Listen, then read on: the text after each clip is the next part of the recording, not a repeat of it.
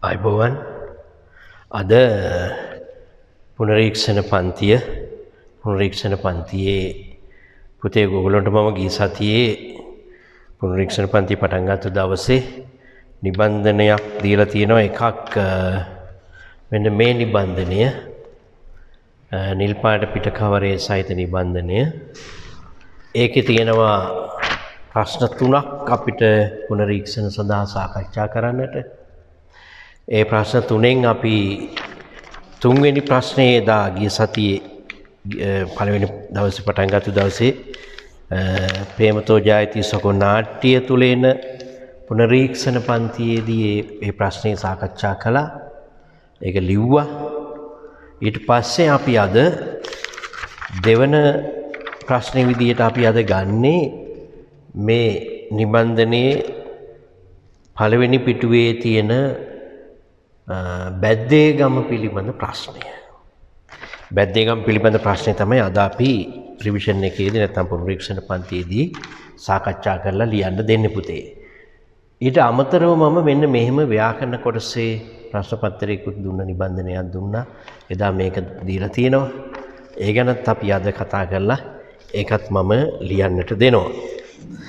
හොඳයි අපි අද පුනරීක්ෂණ පන්තියේදී මෙන්න මේ පළවෙනියට තියෙන ප්‍රශ්නය තමයි අපි අද සාකච්ඡා කරන්නේ. හොඳයි බලන්න පළවෙනි පිටුවේ තියෙනවා මෙන්න මෙහෙම විදේශ කතුවරයෙකුගේ දෘෂ්ටිය අනුව බැද්දේගම වැසියන් පරිහානියට පත්වීමට බලපාන හේතු සාධක මොනවාදැයි විමසීමට ලක් කරන්න. විදේශ කතුවරයෙකුගේ දෘෂ්ටිය අනුව බැද්දේගම වැසියන් පරිහානියට පත්වීමට බලපාන ලද හේතු සාධක. විදේශ කතුවරයෙකුගේ දෘෂ්ටිය අනුව බැද්දේගම වැසියන්ගේ පරිහානියට පත්වීමට බලපාන හේතු සාධක මොනවාදැයි විමසීමට ලක් කරන්න. එතකොට මේ පුතේ මේ ප්‍රශ්නේ තියෙන්නේ බැද්දේගම පරිහානියට පත්වෙන්නට මූලික වෙච්ච හේතු ලෙනාඩ් උල්ෆ් නැමැති කතුවරයා දැකපු විදිය. බැද්දේගම පරිහානියට පත්වෙන්නට බලපෑ හේතු සාධක මොනවද කියලා බැද්දේගම නවකතා කතුවරයා වන ලෙනාඩ් උල්ෆ් මහතා දැකපු විදියනේ අපි ලියන්න ඕන. ඒකයි ඔහුගේ දෘෂ්ටිය කියන්නේ. එහෙනම් ලෙනාඩ් උල්ෆ් මහතාගේ දෘෂ්ටිය අනුව බැද්දේගම පරිහානියට මේ බලපෑ හේතු මොනවාද? බැද්දේගම පරිහානියට පත්වන්නට බලපෑ හේතු මොනවාද? බැද්දේගම නවකතාකාරයාගේ දෘෂ්ටියට අනුව. එහෙනම් ලෙනාඩ් උල්ෆ් දකින්න විදියට බැද්දේගම විනාශ වෙන්න බලපෑ හේතු සාධක මොනවාද? ඕක තමයි අපේ ප්‍රශ්නේ. එතකොට අපි මේකට ආරම්භක ඡේදයක් ලියන්න ඕනේ පුතේ. මේකට ආරම්භය ලස්සනට හදන්න ඕනේ. ආරම්භක ඡේදය අපි හදනවා කරුණු කීපයක් මම දෙනවා. මම ආරම්භක ඡේදයක් දෙන්නේ නෑ පුතේ. ආරම්භක ඡේදය ඕගොල්ලෝ හදන්න ඕනේ. ඕගොල්ලෝගේ නිර්මාණාත්මක හැකියාව ආරම්භක ඡේදය තුල ඉස්මතු වෙන්නට ඕනේ. ඒ නිසා මම උත්තරයක් ලියන ආරම්භයක් ඔබට දෙන්නේ නෑ. උත්තරයක් ලියන ආරම්භයක් නෙවෙයි මේ. ආරම්භයට අවශ්‍ය කරුණු විතරක් නිකන් කියනවා ටිකක්. ආරම්භයේදී මෙන්න මෙහෙම සඳහන් වෙන කරුණු ටිකක් තියෙනවා කියන එක පමණයි අවධාරණය කරන්නේ. ඔබ ඒ ටික අරගෙන ඔබට අභිමත විදිහට මේ ආරම්භය හදා ගන්නට ඕන. ඔබට අභිමත විදිහට හදා ගන්න. මම කරුණු කාරණා ටික කියනවා. මෙන්න මේ ටික ලියවෙන්න ඕනේ පුතේ. ඒක සටහනක් ගහගන්න කෙටි සටහනක් විදියට. බටහිර ජාතිකයෙකු ලෙසට ඉස්මතු වන ලෙනාඩ් උල්ෆ් මහතා නැත්නම් බටහිර ජාතිකයෙකු වශයෙන් හඳුන්වා දිය හැකි ලෙනාඩ් උල්ෆ් මහතා මෙරට පරිපාලකයෙකු ලෙසට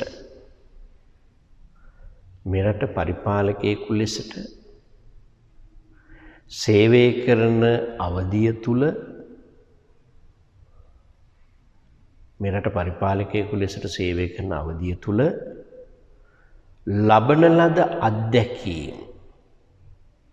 ලබන ලද අත්දැකීම් පාදක කරගෙන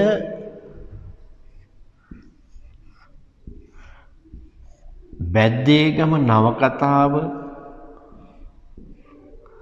රචනා කළ බව පෙනේ. බැද්දේගම නවකතාව රචනා කළ බව පෙනේ. ලෙනාඩ් වුල්ෆ් මහත්මයා මේ රටේ පරිපාලකයෙකු විදිහට කටයුතු කරන්නේ 1904 ඉඳලා 1911 දක්වා. 1904 සිට 11 දක්වා. මොහු සේවය කරනවා අපේ ප්‍රදේශයේ මහනුවර ප්‍රදේශයේ සේවය කරනවා. ඊට පස්සේ දකුණු ප්‍රදේශයේ සේවය කරනවා. මහනුවර සහ දකුණු ප්‍රදේශය තමයි මේ කාලය තුල ඔහු සේවය කරන්නේ. ඒ සේවය කරන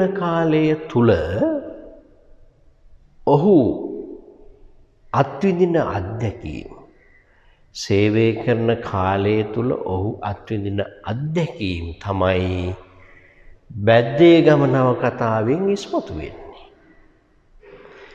1904 1911 කාලය තුල මහනුවර සහ දකුණු ප්‍රදේශයේ සේවය කරන කාලය තුලදී මේ කතුවරයා ලබන අත්දැකීම් තමයි නවකතාව තුල ඉස්මතු වෙන්නේ. 1904 1911 කාලය තුල අපේ රටේ පරිපාලක නිලධාරියෙකු වශයෙන් ලෙනාඩ් වුල්ෆ් මහතා සේවය කරනකොට ඒ කාලයේදී ඔහුලත් අත්දැකීම් බැද්දේගම නවකතාවට කැටිකොට දක්වා තිබෙනවා. ඔය අදහස තියෙන්න ඕන. ඔය අදහස මූලික ඡේදය තුල තියෙන්න එපා පුතේ. දැන් මම නිකන් සරලව කියාගෙන ගියොත් මෙහෙම. ලෙනාඩ් වුල්ෆ් මහතා මෙරට පරිපාලක නිලධාරියෙකු ලෙස සේවය කළ අවධිය වන්නේ 19 වන සියවසේ මුල් භාගයේ එනම් 1904 සිට 1911 අතර කාලය තුලයි. මේ කාලය තුල මහනුවර සහ දක්ෂිණ දේශයේ සේවා කටයුතු හෙවත් රාජකාරී කටයුතු වල නිරත වෙන ලෙනාඩ් වුල්ෆ් මහතා ඒ සමාජ පරිසරයන්හි තමන් විසින් අත්විඳින ලද අත්දැකීම් එක්කාසු කරගෙන දකුණු දිශාවේ පිහිටි සුවිශේෂ ගමක් වන බැද්දේගම මූලාශ්‍ර කරගෙන නැත්නම් මූලික කරගෙන මෙම බැද්දේගම නවකතාව රචනා කර ඇති බව පෙනේ.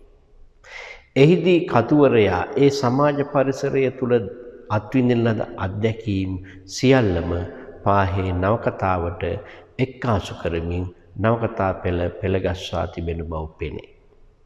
අන්න ඒ වගේ අදහසක් ඉස්සලා ලියන්න ඕනේ.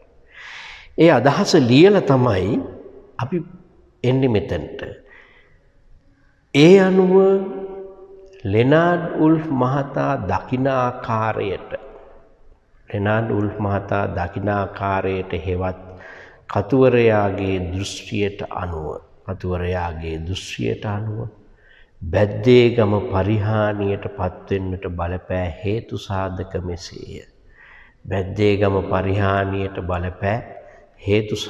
මෙසේය කියලා මෙන්න මේ ටික සාරාංශ කරන්නට ඕන. තරු ලකුණු ටිකක් දාලා අපි ලියනවා. ආර්ථිකමය වශයෙන් අතිශය දරිද්‍රතාවයෙන් පෙළීම ආර්ථික වශයෙන් අතිශයින් දරිද්‍රතාවයෙන් පෙළීම. දැන් ඒ ටික අපි තරු ලකුණු දාලා ලියනවා. ආර්ථික ප්‍රශ්න මත නිවැරදි පෝෂණයකින් තොරව විවිධ ලෙඩ රෝගවලට ගොදුරු වීම. ආර්ථික ප්‍රශ්නය නිසා යහපත් පෝෂණයක් නැතුව විවිධ ලෙඩ රෝගවලට ගොදුරු වෙනවා. ඊළඟට ඉංග්‍රීසි නීතිය පවා මේ දිලිඳු ජනයාට අවාසියට බලපෑවා. ඉංග්‍රීසි නීතියක් අවාසියට බලපානවා.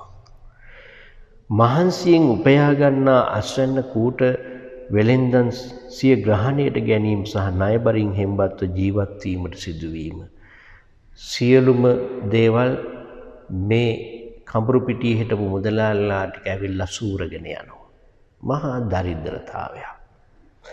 යක්ෂයන් පිළිබඳ විශ්වාසයේ හේතුවෙන් විවිධ ආපදාවන් වලට ගොදුරු වෙන්නට සිදුවීම. ඒක තව ලක්ෂණයක්.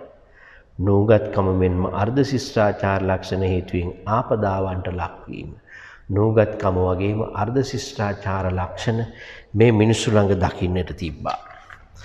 අන්න එතකොට මේ වගේ ටිකක් පුතේ ඉස්සල්ලාම ශීර්ෂ කරන්න ඕන. ඔන්න දැන් ආරම්භක ඡේදය හැදුවා. පළවෙනියට එතකොට මොකද්ද? ආරම්භක ඡේදය. ආරම්භක ඡේදය. ඒක දැන් අර මම කියපු කරුණු ටිකයි ඔබේ නිර්මාණාත්මක කරුණු ටිකයි ඔක්කොම එකතු කරලා ඒක හැදුවා. ආරම්භක ඡේදය හදනවා. දෙවෙනියට කතුවරයා දැකපු දෘශ්‍ය අනුව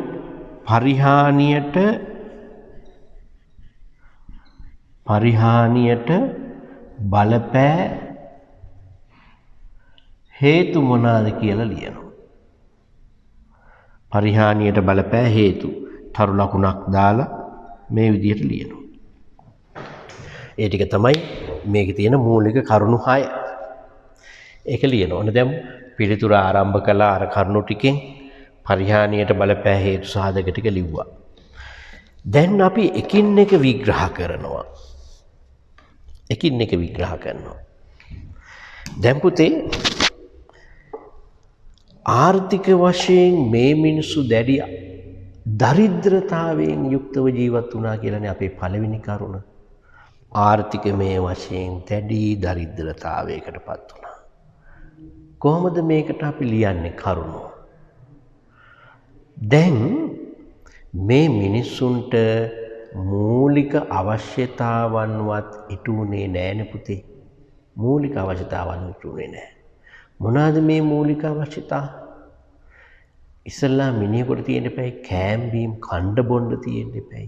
කෑම බීම ඇඳුම් පැළඳුම් අඳින්න ගතට වස්ත්‍රයක් තියෙන්න එපයිද?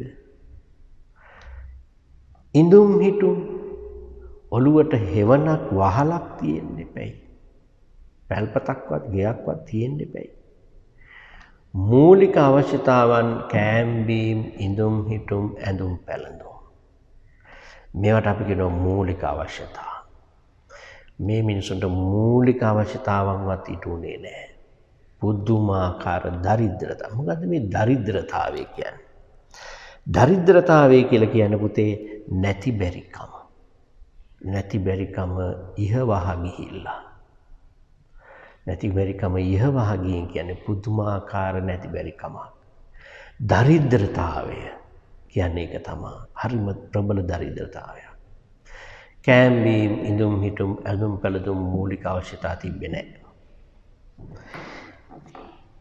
මේ මිනිස්සු හරි නූගත් විදිහට තමයි මේ ආර්ථිකය පරිහරණය කළේ. ගමේ වැවක් තියෙනවා. කුඹුරුවක් කර 30යි. වීගොවිතැන් කරනවා දකින්න එක බොහොම කලාතුරකින්. හැම දිනාම කුරක්කන් ප්‍රධාන ධාන්‍ය වර්ග බවට පත් කරගෙන කුරක්කන් වගාවට තමයි යොමු වෙලා හිටියේ. ඊට අමතරව අමු මෙනේරි වැනි ධාන්‍ය වර්ග මිරිස් තියඹරා වට්ටක්ක වැනි එළවලු වගා කරා. මෙන්න මෙහෙම ආර්ථිකයක් ගොඩනගා ගන්න අසීරු පසුබිමක් තිබ්බා. ගෙවල් දොරවල් මොකුත් නැහැ. ගෙවල් දොරවල් මොනවත් නැහැ.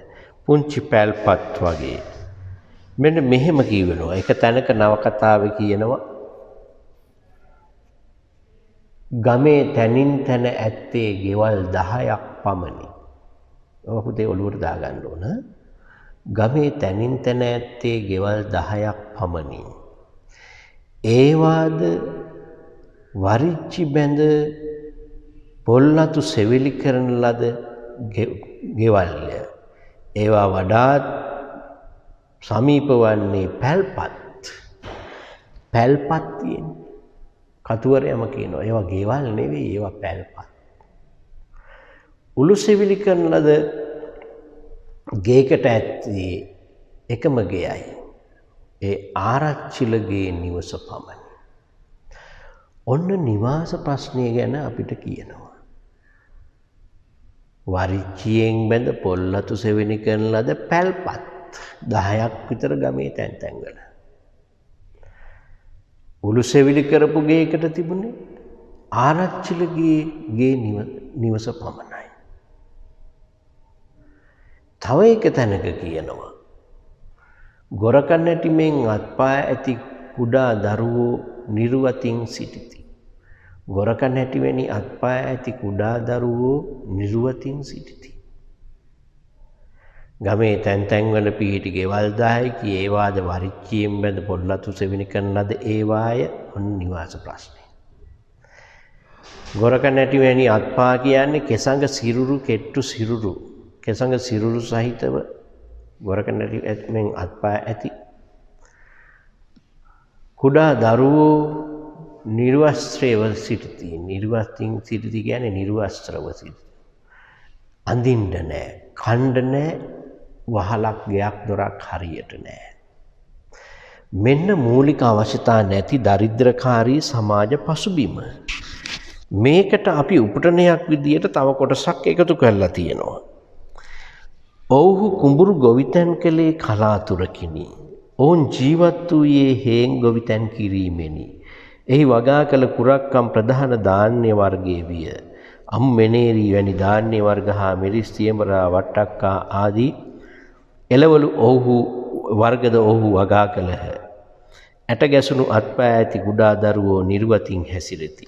ඔන්න අපි ඉස්සර කීපේවා. තැන් තැන් වල ගෙවල් 10යි වරිච්චියෙන් බැඳලා පැල්පත් උළු සෙවිලි මේ පොල්ලතු සෙවිලි කරපු පැල්පත් උළු සෙවිලි කරපු ගේකට තිබ්බේ එකම ගේයි ආරච්චිගේ නිවස. ගොරකන්නැටි වගේ අත්පා තියෙන ඇට ගැසුණු ළමයි නිර්වතින් සිටිති. මිනිසුන්ට දරිද්‍රතාවය ඇති වුණේ මෙන්න මේ පසුබිම් නිසා. කුඹුරක් තිබ්බට ගොවිතැන් කෙරේ නෑ. වී ගොවිතැනට වඩා හේන් ගොවිතැන ප්‍රධාන කරගත්තා. බත් කන එකට වඩා කුරක්කන් ආහාරය ප්‍රධාන කරගත්තා. මේකෙත් පේන්නේ නූගත්කම මෝඩකමකුත්. ඒ කියන්නේ අපි මේ මිනිසු තුල දකිනවා නූගත්කමනේ තේරෙන්නේ නැහැ. ඒ ඔස්සේ ඇතිවෙච්ච දරිද්‍රතාවයක් පේනවා අපිට. එතකොට ඔන්න එක කාරණයක් මේ මිනිසුන්ගේ පරිහානියටපත් වෙන්නට. දෙවෙනි එක තමයි දුප්පත්කම බැල්මට දුස්සීමාන වන මෙම ජනතාවගේ ජීවිත ඊටම දුෂ්කර එකකි. බිය හා බඩගින්න අනිවාර්ය කරගත් අතර ලෙඩ රෝග ඔවුහු නිතර ගොදුරු වූහ. ඉතා භයානක රෝගයක් වන පරංගි වන මෙන්ම උණ රෝගයේද බහුල වී ගමට තිබුණේ දුරින් පිහිට ඇති වරිච්චි බිත්ති වලින් සෑදූ ගෙවල් 10ක් පමණි. ඒවාද කුඩා පැල්පත් වැනිය. උළු සෙවිලි කරන ලද ගෙයක් තිබුණේ නම් ඒ එකකි ගම්මුලා දෑනියාගේ නිවසය. ආර්ථික ප්‍රශ්න මත කිසිම ආකාරයකින් පෝෂණයක් ලැබුණේ නැහැ. විවිධ ලෙඩ රෝගවල ළමයි ගොදුරු වුණා. එහෙනම් පළවෙනි කාරණයට අපි ගන්නවා ආර්ථික වශයෙන් අතිශය දරිද්‍රතාවයක්. කුඹුරු ගොවිතැන් කරේ නැහැ, හේන් ගොවිතැන් කරා. බත් කෑවේ නැහැ. ඒ වෙනුවට කුරක්කන් ධාන්‍ය වර්ගයේ විදියට ගත්තේ. තියමරා වට්ටක්ක වගේ දේවල් වගා කරා. නමුත් ආර්ථිකය ප්‍රබල පහත් මට්ටමක තියෙන්නේ. දරිද්‍රතාවයෙන් පිරි ජීවිතයක් තමයි මේ මිනිසුන්ට ගෙවන්න උනේ. කුඹුරු ගොවිතැනට වඩා හේන් ගොවිතැනට වැඩි නැඹුරුවක් මේ මිනිසුන්ගේ තිබ්බා. ඔන්න ආර්ථික මේ පැත්ත. මේ හේතු සාධක වෙච්ච විදිය.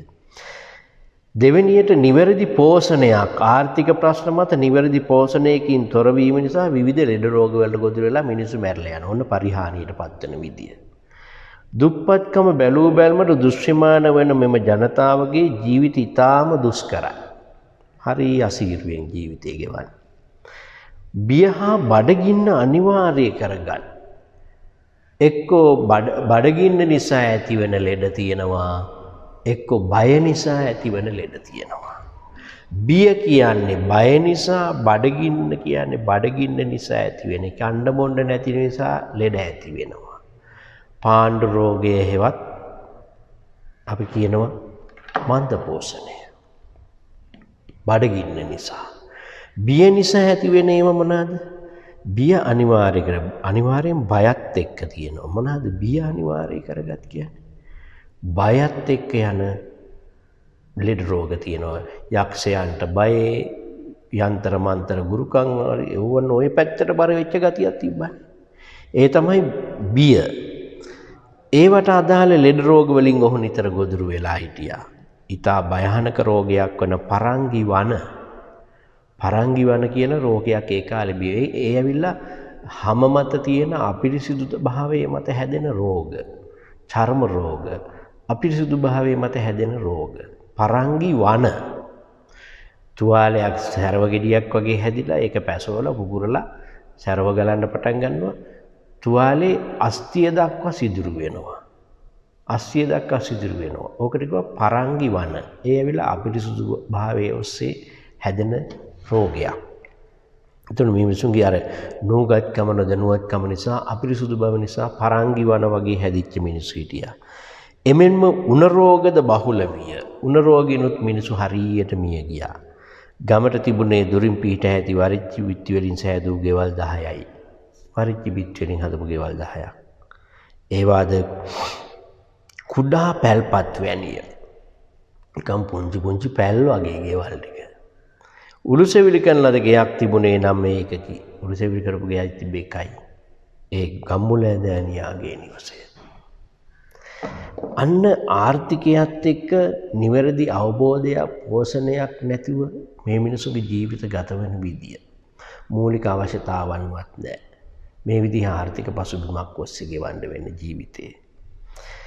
ඊළඟ එක තමයි ඉංග්‍රීසි නීතිය පවා මෙම දිළිඳු ජනයාගේ අවාසියට බලපෑවා. ඉංග්‍රීසි නීතියත් මේ දිළිඳු ජනයාගේ අවාසියට බලපාන්නේ. මොකද පුතේ ඒකින් කියන්නේ? මෙන්න මෙහෙම එකක් කියනවා. උපුටනේ බලන්නකො. ආරච්චි කරදර කරනවා ඇඟබත්තට සිලින් 3ක් ඉල්ලලා. මං කිව්වා කණ්ඩ කෑමක්වත් නැතුව ඉඳගෙන දෙන්න සල්ලිකෝ කියලා. නඩුහබ අවස්ථාවලදී පවා බබුන්ට සිලිඳු පවා නෛතික පසුබිම පිළිබඳ දැනුමක් නැමැති වීම තුළින් ඒද පැහැදිලි වෙනවා.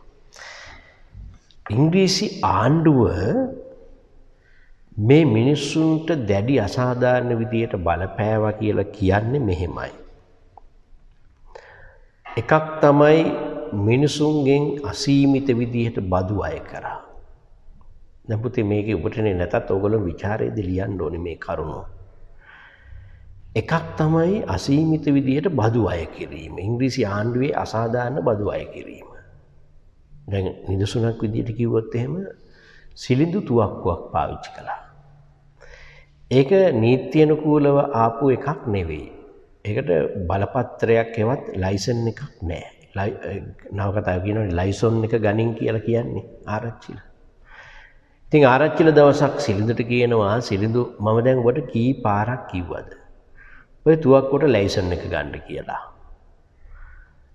දැන් මාස 3කට ඉස්සෙල්ලා ඕක සිලින් 3කින් කරගන්න තිබ්බා. දැන් සිලින් 4යි. ඔන්න අසාධාරණ විදිහට ඒ ක්‍රියාපටිපාටිය ගොඩ නැගුණු හැටි. මාස 2-3කට ඉස්සෙල්ලා සිලින් 3යි තුවක්කු බද්ද, දැන් සිලින් 4යි. දවසින් දවස පොඩි කාලෙන් කාලෙට බද්ද වැඩි වෙනවා. ඔන්න අසාධාරණ විදිහට බලපාපු විදිය. දෙවෙනි කාරණය තමයි ඔන බදු අය කිරීම. දෙවෙනි කාරණය ඇඟබද්ද මේ උපටනේ තියෙනවනේ පුතේ මේ.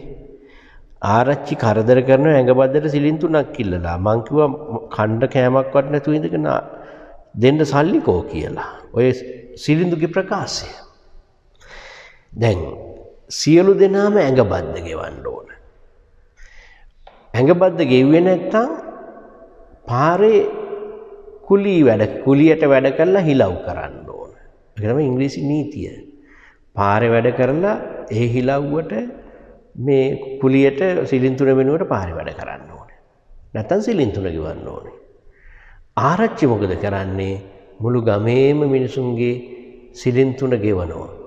ඇඟබද්ද ගෙවන්නේ ආරච්චි. ආරච්චි කියන මිනිහා ඒකෙන් වරප්‍රසාද දෙකක් ලබනවා. වරප්‍රසාද දෙකක් ලබනවා. ආරච්චි කියන්නේ කපටි මිනිසෙක්. එකක් තමයි මුළු ගමේම ඉන්න මිනිසුන්ගේ තියෙන ඇඟබද්ද ආරච්චි ගෙවනවා. ගෙවුවම ඉංග්‍රීසි අධිරාජ්‍ය ඉංග්‍රීසි ආණ්ඩුව තුල ලොකු ප්‍රසාදයකටපත් වෙනවා. බැද්දේගම ආරච්චි හොඳ මිනිහා. මුළු ගමේම ඇඟබදු ටික ගෙවලානේ. අන්න ආරච්චි දාගන්න හොඳ ලකුණු ටිකක්. අපේ වචනෙන් කිව්වොත් එහෙම. ආරච්චිට හොඳ ලකුණු ටිකක්. ඒ නිසා අපි කියනවා මේ හිටපු බබේහාමි ආරච්චිල එක පැත්තකින් තමන් ඉංග්‍රීසි ආණ්ඩුවෙන් දැඩි බුහුමනටපත් වෙනවා. සියලු දෙනාගේ බදු මුදල ඔහු ගෙවනවා. හැබැයි ඉතින් ඉංග්‍රීසි ආණ්ඩුව දන්නේ මේ ඔක්කොම ආරච්චි ගෙවන්නේ කියලා. ඉංග්‍රීසි ආණ්ඩුව හිතනවා ඇති මිනිස්සු සිලින්තුන ගානේ ගෙවලානේ. ආරච්චිගේ දක්ෂකම. නමුත් ගෙවන්නේ ආරච්චි. ආරච්චි මේක ගෙවන මොකද කරන්නේ? අස්වැන්න නෙලනකොට කුරක්කන් අස්වැන්න නෙලනකොට එතනට ගිහින් ආරච්චි මොකද කළේ? අර මිනිස්සුන්ට සිලින් 3 ගානේ ගෙවපු එක 100% පොලිය අය කරමින් කුරක්කන් වලින් අස්වැන්න ගන්නවා. ඒකේ මිල ගන්නේ කුරක්කන් වලින්.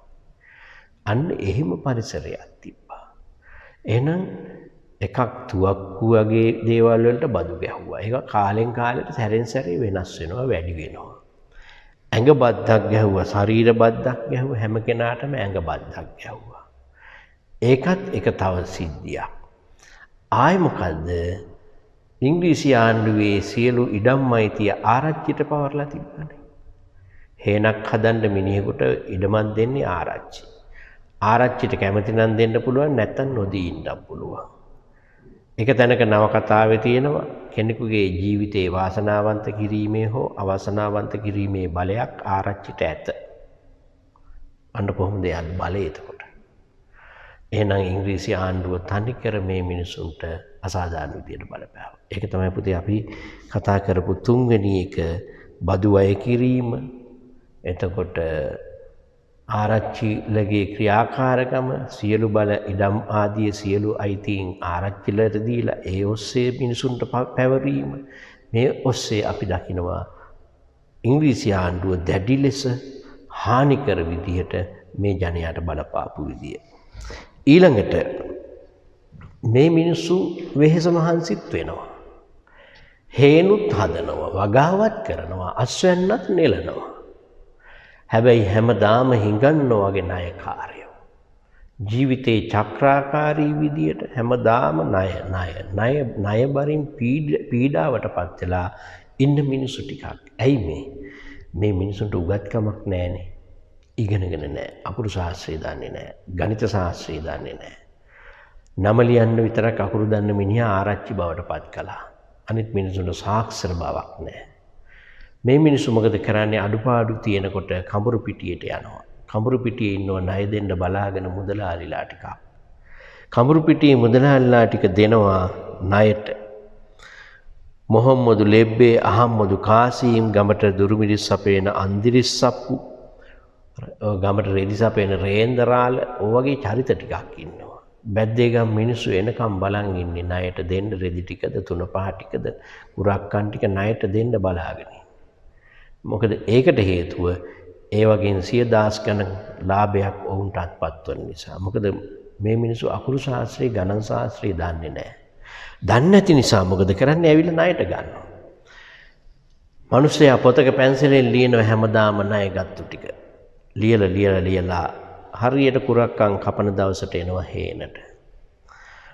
සිලිඳු උඹ මෙච්චරක් අරන් තියනවා. උඹ ඒකට පොලියත් එක්ක මට මෙච්චරක් උඹෙන් කුරක්කන් ඕනි කිව්වා. පටව ගත්ත කරත්තයට ගියා. අනිත් මිනිසයාගේ ණයට ගත්ත මිනිසයා ගාවට ගියා උඹ මෙච්චරක් මගෙන් අරන් තියනව ණය මෙන්න පොලියට මෙච්චරයි ගෙවුනේ. අන්තිමට අස්වැන්න නෙලන මිනිසයාට මේ හේන හදලා මහන්සි වෙච්ච මිනිසයාට ඉතිරි වෙනවා කුරක් කම්මල්ලක් විතර. නවකතාවේ තියෙනවා අවසානයේ හේන් ගොවියාට ඉතුරු වන්නේ කුරක් කම්මල්ලක් පමණි. දැන් ඒක අරන් ගෙදර යනවා. මහා අක්කර ගානක් හේන් කරලා බලාගෙන අස්වැන්න නෙලලා ඔක්කොම කළා. කරත්තේ පටවල මුදලාලිට දීලා මල්ලක් උස්සගෙන ගෙදර යනවා. මෙහෙම යනකොට මොකද වෙන්නේ? මේ මල්ල දවස් කීපයකින් ඉවරනේ. ආයෙ යනවා මිනිස්සු කඹුරු පිටියට. ආයෙ ගන්නවා ණය අර පොතේ ලියලා. අස්වැන්න ඊළඟ එක නෙලනකන් ආයෙ පොතේ ලියලා ණයට. රෙදි ටිකද 3-5 ටිකද කුරක්කන් ටිකද වෙන අවශ්‍යතා ඔක්කොම ණයට. ආයෙ අස්වැන්න නෙල දවසට මුදලාල්ලා හොඳ සුපිරික්ෂාවෙන් ඉඳලා හේනට එනවා. හේනදීම මැනගෙන යනවා යන්නේ. හැමදාම ජීවිතාන්තයේ දක්වා මේ මිනිසු ණයකාරයෝ. මේකත් බැද්දේගම පරිහානියට බලපානවා. මේ ගැන මෙන්න මෙහෙම තියෙන පුතේ අංක 4 යටතේ බලන්න. කඹුරු පිටිය නම් කුඩා නගරයෙන් අමුත්තෝ සමූහයක් ගමට කඩා වදිති. ගමට කඩා වදිති ලෙනා ඩුල්ෆ් කියන්නේ. ගමට එනව නෙවෙයි කඩා වදිනවා. 100% පොලියට කුරක්කන් ලබා ගැනීමට දුන්නේ රුපියල් 100යි 200ක කුරක්කන් දුන්නේ රුපියල් 1000යි 2000ක කුරක්කන් ගෙනියන්නේ 100%යි 100% පොලියට කුරක්කන් ලබා ගැනීමට ගමට රිදි සපේන හම්බ කඩේ මුදලාලි වන මොහම්මදු ලෙබ්බේ අහම්මදු කාසීම් ගමට දුරුමිනිස් සපේන අල්විස් සප්පු දොන් අන්දිරිස් හේන් පාගාගත් වහාම ණයතුරුස් ගෙවිය යුතුය. හේන කපපු ගමන් ණය ගෙවන්න ඕන. ණයකරුවන් කෙලින්ම හේන් වලට ඇදෙන්නේ කලය. කෙලින්ම හේනට එන්නේ ණයකාරයෝ ටික. අන්තිමේදී හේනෙන් ගොවියා සිය පැලටගෙන යන්නේ කුඩා කුරක් කම්මල්ලකි. මේක තමයි යථාර්ථය. ජීවිතේ තියෙන තාක් ණය ගන්නවා චක්‍රාකාරී විදියට හැමදාම බැද්දේගම මිනිසු ණයකාරයෝ. මේව තමයි පරිහානිය හේතු. ඊළඟ එක අපි ගන්නේ යක්ෂයන් පිළිබඳ විශ්වාසයෙන් විවිධ ආපදාවන්ට ගොදුරු වුණා. මේ ගම්වල මිනිස්සු හරිම නොදියුණුයි. අද්භූත දේවල් පිළිබඳ මහා විශ්වාස. ඔයගොල්ලන්ට මතකද පුතේ ওই නවකතාවේ තියෙනවා එක තැනක සිලිඳු කියනවා මම වනේ සතාට බය නැහැ. හැබැයි මං වනේට බයයි. වනේ සතාට බය නැහැ මං වනේට බයයි. මොකද්ද මේකේ යථාර්ථය? මේකේ යථාර්ථය තමයි වනේ සතාට බය නැති වුණාට වනේට බයයි කියන්නේ ව්‍යංගෙන් කියන්නේ යක්ෂ විශ්වාසය.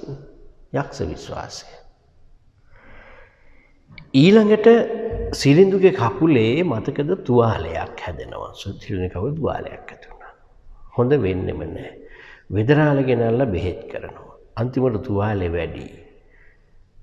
මෙයාව ගෙනියන්න කියනවා බෙරගම දේවාලෙට. බෙරගම දේවාලය කියන්නේ පුතේ එදා බෙරගම කියලා හැඳින්වුවේ කඹුරු පිටින් ඉඳන් පයින් යන දුර එහා පැත්තේ. බෙරගම කියන්නේ එදා පුතේ කතරගම දේවාලය අද කතරගම දේවාලය තමයි බෙරගම දේවාලය කියන්නේ. එතකොට මේ බෙරගම දේවාලයට ගෙනියනවා. ගෙනියලා එතන පුද පූජා පවත්වලා දවස් ගණනක් පීඩාවට පත් වෙලා අන්තිමට අන්න එතනදී සන්නාසියෙකුගෙන් ශාස්ත්‍ර අහලා ඒවත් විශ්වාස කරලා හින්නිහාමි එතන ඉඳන්ම වෙදරාලට පවරලා මේ මිනිස්සු එනවා. යක්ෂයන් පිළිබඳ දෙවියන් පිළිබඳ යන්ත්‍ර මන්ත්‍ර ගුරුකම් පිළිබඳ පුදුම විශ්වාසයක් තිබ්බා. මේ ගමේ හොඳට හිටපු ගැහැල්ලමයි දෙන්නෙක්නේ පුංචි මණිකයි හින්නිහාමි සිලිඳුගේ දියණියෝ දෙදෙනා. හින්නිහාමි වෙදරාල විසින් කෙසේ හෝ විවාහ කරගන්න ඕනේ උපක්‍රමශීලී විදියට හින්නිහාමිව විවාහ කරගන්නවා. හින්නිහාමි ටික දවසක් ගිහිල්ලා විවාහේ වුණාට පස්සේ කියන්නේ විවාහයක් කියන්නේ ලිඛිත විවාහ නැහැ. දෙමව්පියෝ සිරිඳු කැමැත්තෙන් දුන්න ඵලයන් දුවේ කියලා දුන්නා. ටිකක් දවස් යනකොට මේන් එනවා එන්න. අපච්චි මට මේ මිනිහත් එක්ක ඉන්න බෑ. මාත් අපච්චිත් එක්ක එනවා කියලා එනවා ගෙදර. මේකේ තරහට වෙදරාල ගමේ ප්‍රචාරයක් යවුවා හින්නිහාමි යක්ෂණියක්. ඕක ඉපදිච්ච දවස් ඉඳන් තමයි ගමට සියලු දේවල් විනාශ. ළමයි මැරෙනවා, වැඩිහිටියෝ මැරෙනවා. ඕකේ මැරුණාට පස්සේ ගමට හොඳක් වෙනවා. ඒකම මුවපැටියෙක් හදාගන්න ඕන හින්නිහාමි.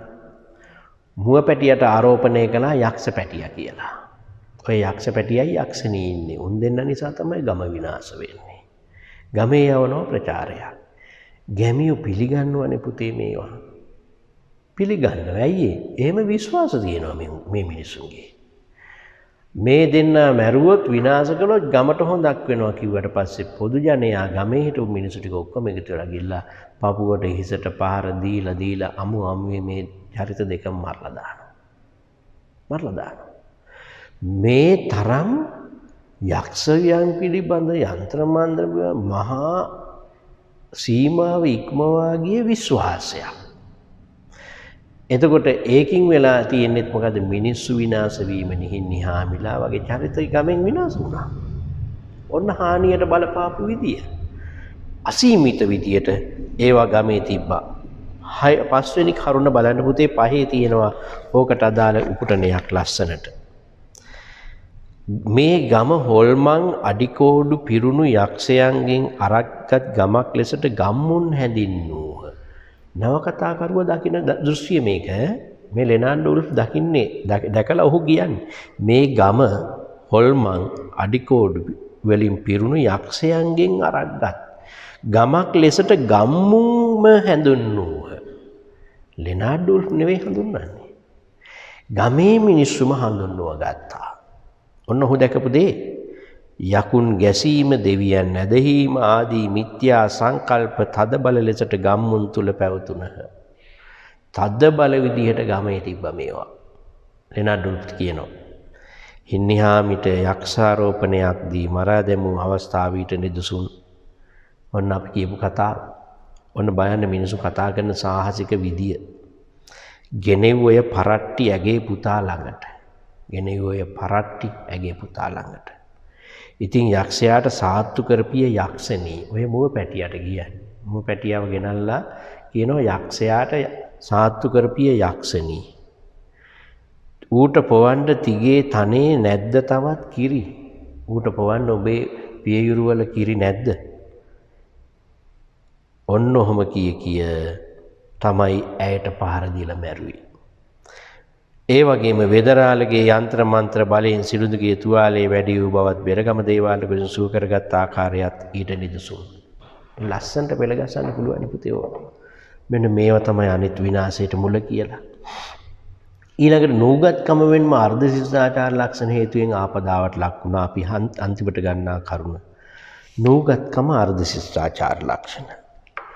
ඇත්තටම නූගත්කම තමයි මූලික හේතුවක් මේ සියලු විනාශ වලට. අර්ධ ශිෂ්ටාචාරයි. ඒ කියන්නේ අපි බලාපොරොත්තු වෙන යහපත් සමාජ පරිසරය නෙවෙයි ඊට වඩා පහළ මට්ටමක් තියෙන්නේ. අපි බලාපොරොත්තු වෙන යහපත් සමාජ පරිසරයට වඩා අඩු මට්ටමේ ඉතා පහළ මට්ටමක් තියෙනවා කියන කෙන කියන්නේ අර්ධ ශිෂ්ටාචාරයි. ශිෂ්ටාචාරයෙන් අර්ධයයි. මේක පේන හොඳට සිලිඳුගේ චරිතය තුළ. සිලිඳු තමන්ගේ බිරිඳට දියණියෝ දෙදෙනෙක් ලැබුණු බව දැනගත්තලු ගමන් අර වැදූ ගේට දුවගෙන යනවනේ. දරුවා වැදූ ගේට දුවගෙන ගිහිල්ලා තම බිරිඳගේ පපුවට හිසට පහර දෙමින් පරට්ටි තෝමට පරට්ටිය වදනවද? කොහමට තුවක් කුස්සගෙන කැලේට යන්න පුතේ? කොහමට හේන සුදු කරගන්න පුතේ? දෑවැදි හොයන්නයි තීමට පරට්ටිය වදනවා. නොදකින් තී කියා අර මිනිසයාගේ ඔළුවට පපුවට ගහගෙන ගියා. සිරිඳු විවාහ වෙලා හිටිය ආරච්චිලගේ සහෝදරියක් සමග. මිනිස්සු දුවගෙන ගිහින් ආරච්චිට කියලා තමයි ආරච්චි දුවගෙන ඇවිල්ලා සිරිඳුව ගෙයින් එළියට ඇදලා දාන්නේ. අනේ මේ මිනිසයා දවස් දෙකකින් මිය යනවා.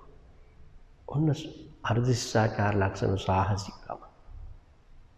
එනසම යනවා. ඊට පස්සේ තමයිනේ සිරිඳුගේ සහෝදරී වෙන කර්ලිනා හාමිගේ මේ දරුවෝ දෙන්න හදාගන්න.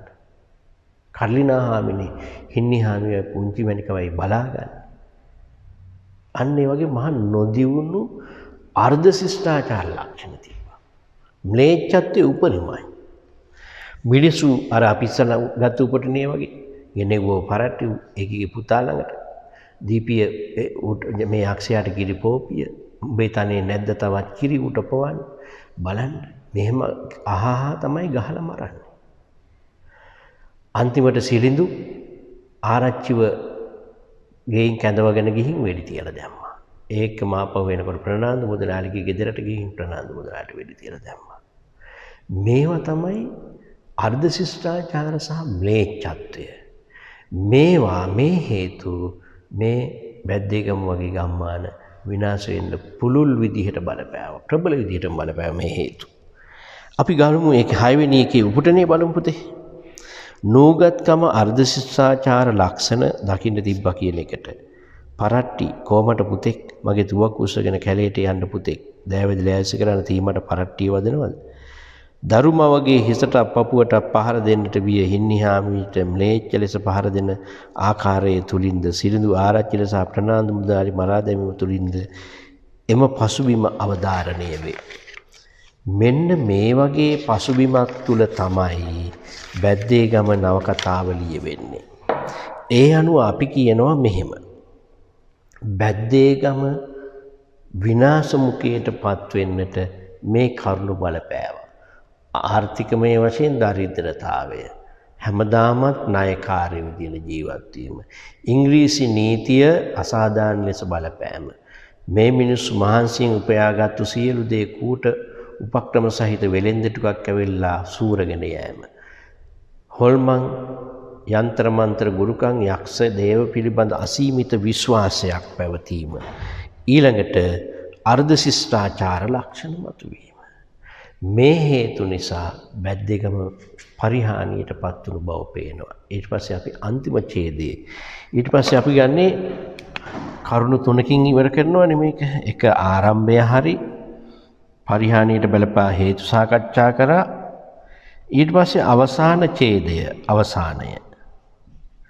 ඒක ලස්සනට ਵਿਚාරයට ලක් කරන්න. මේ ආකාරයට ලෙනාඩ් උල්ෆ් මහතාට දෘශ්‍යමාන වූ පරිදි මේ ආකාරයට ලෙනාඩ් උල්ෆ් මහතාට දෘශ්‍යමාන වූ පරිදි බැද්දේගම වැසියන් දැඩි පරිහානියකට පත් වූ බව, ඉහත කරුණාකාරණා ඊට බලපෑ බවත් මෙම නවකතාව විමර්ශනාක්ෂයෙන් යුක්තව බලන විට අවධාරණය වන කරුණකි. මීට මූලික වශයෙන් බලපෑ ඇත්තේ මේ මිනිසුන්ගේ පළවෙනි කාරණය නැත්නම් මූලික වශයෙන් අපි දකින්නේ සැබවින්ම මේ මිනිසුන් සතු නූගත් භාවය මේ සියලු පරිහානියන්ට බලපෑ බවයි. ආන්නේ අදහසකින් ඉවර කරනවා. බැද්දේගම නවකතාව ලෙනාඩ් උල්ෆ් මහතා තමන්ගේ දෘශ්‍ය දැකපු විදිහට තමන්ගේ දෘශ්‍යයෙන් නවකතාව ගොඩ නැගුවා. ඒ අනුව ඉහත කරුණු කාරණා මෙහි පරිහානියට බලපෑවා. එපමණක් නෙවෙයි, මූලික වශයෙන් බැලුව විට මේ මිනිසුන්ගේ නූගත් භාවය සමස්තය විනාශ වීමට බලපෑ බව පෙනේ. අවසානයේ නවකතාවේ ඉතිරි වන්නේ චරිත දෙකකි. එනම් වෙදරාළ හා හින්නිහා පුංචි මණිකා පමණි. වෙදරාළ හා පුංචි මණිකා පමණි. වෙදරාළද කුසගින්නේ සිට මියගේ පසු අවසානයේදීම මිය යන්නේ පුංචි මණිකාය. පුංචි මණිකා මියගී එයාමත් සමග බැද්දේගම සියලු වැසියන්ගේ අවසානයේ එම අවස්ථාවෙන් සනිටුහන් වේ. මේ බඳු පරිහානියකට ලක්වන්න ඉහත කරුණු කාරණා බලපෑ බවත් මූලික වශයෙන් නූගත්කම ඉස්මතු වන බවත් සඳහන් කළ හැකිය. ආන්න එහෙම කියලා පුතේ උත්තරේ නවත්තන්න ඕනේ. එතකොට ඔන්න උත්තරේට අවශ්‍ය කරුණු ටික ඔක්කොම කියලා දුන්නා. ආරම්භක ඡේදයේ දුන්නා. පරිහානියට බලපෑන හේතු සාධක ගැන කියලා දුන්නා. අවසානයේ ඡේදයේ ලියන විදිය කියලා දුන්නා. මේ ටික ඔක්කොම එකතු කරගෙන මේ ප්‍රශ්නෙට පිළිතුර ලියන්න ඕනේ. දැන් මේක සාකච්ඡා කරා. ඊට පස්සේ ඔයගොල්ලෝ උත්තර ලියන්න ඕනේ පුතේ. උත්තර ටික ඊට පස්සේ අපි මට ලැබෙන ක්‍රමයක් මම සලස්සනවා. ඊට පස්සේ මම උත්තර ටිකත් ඒ ටික බලලා දෙනවා. හොඳයි, අපි ඒක එක ප්‍රශ්නයක් විදියට අද පුනරීක්ෂණ පන්තියේදී ඒක ගන්නවා. ඒක ලියන්නට ඕන. ඊට පස්සේ අපි ගන්නේ මෙන්න මේ ව්‍යාකරණ කොටස. මේ රෝස පාට කොලේ ගන්න පුතේ. ඒකේ තියෙන ව්‍යාකරණ කොටස් ඔබට ලියන්න පුළුවන්. මම එකින් එක පැහැදිලි කරගෙන යනවා හිමීට. ඒ ටික ලියන්නට ඕන. පළවෙනි එක තියෙන්නේ පහත දැක්වෙන අන්තර්ගත අක්ෂර අතර ස්වර හා ව්‍යංජන වෙන් කර දැක්වීම. එදා මම පුනරීක්ෂණ පන්තියේ ඒ පිළිබඳව කිව්වා. ඒ ටික හදා ගන්න ඕනේ. දෙවෙනි එක පහත පද නිවැරදි ලෙස විසන්ධි කරන්න ඕනේ. ඉස්සෙල්ලා විසන්ධි කරලා සංධි නාමය ලියන්න. මේක ලියන්න පුළුවන්. කටැටි වඳුරා නලඹ උමාගෙන ඌලේසුම් මතැත් වල්ලැතා ගසෙහි මෙදෑතුර මහොර මහනුවම් සිතුවම් සිතුකම් දෙකක් තියෙන සිතුවම් සිතුකම් විස්සම් වලස්සු වලස්සු කියලා දෙකක් තියෙනවා එකක් අයින් කරන්න. අල්ලස් වංමුතු අම්මල් පිරියත් තුනුවග සිවුරඟ තඹපල්ලෙන් කියලා හදාගන්න. තඹපල්ලෙන්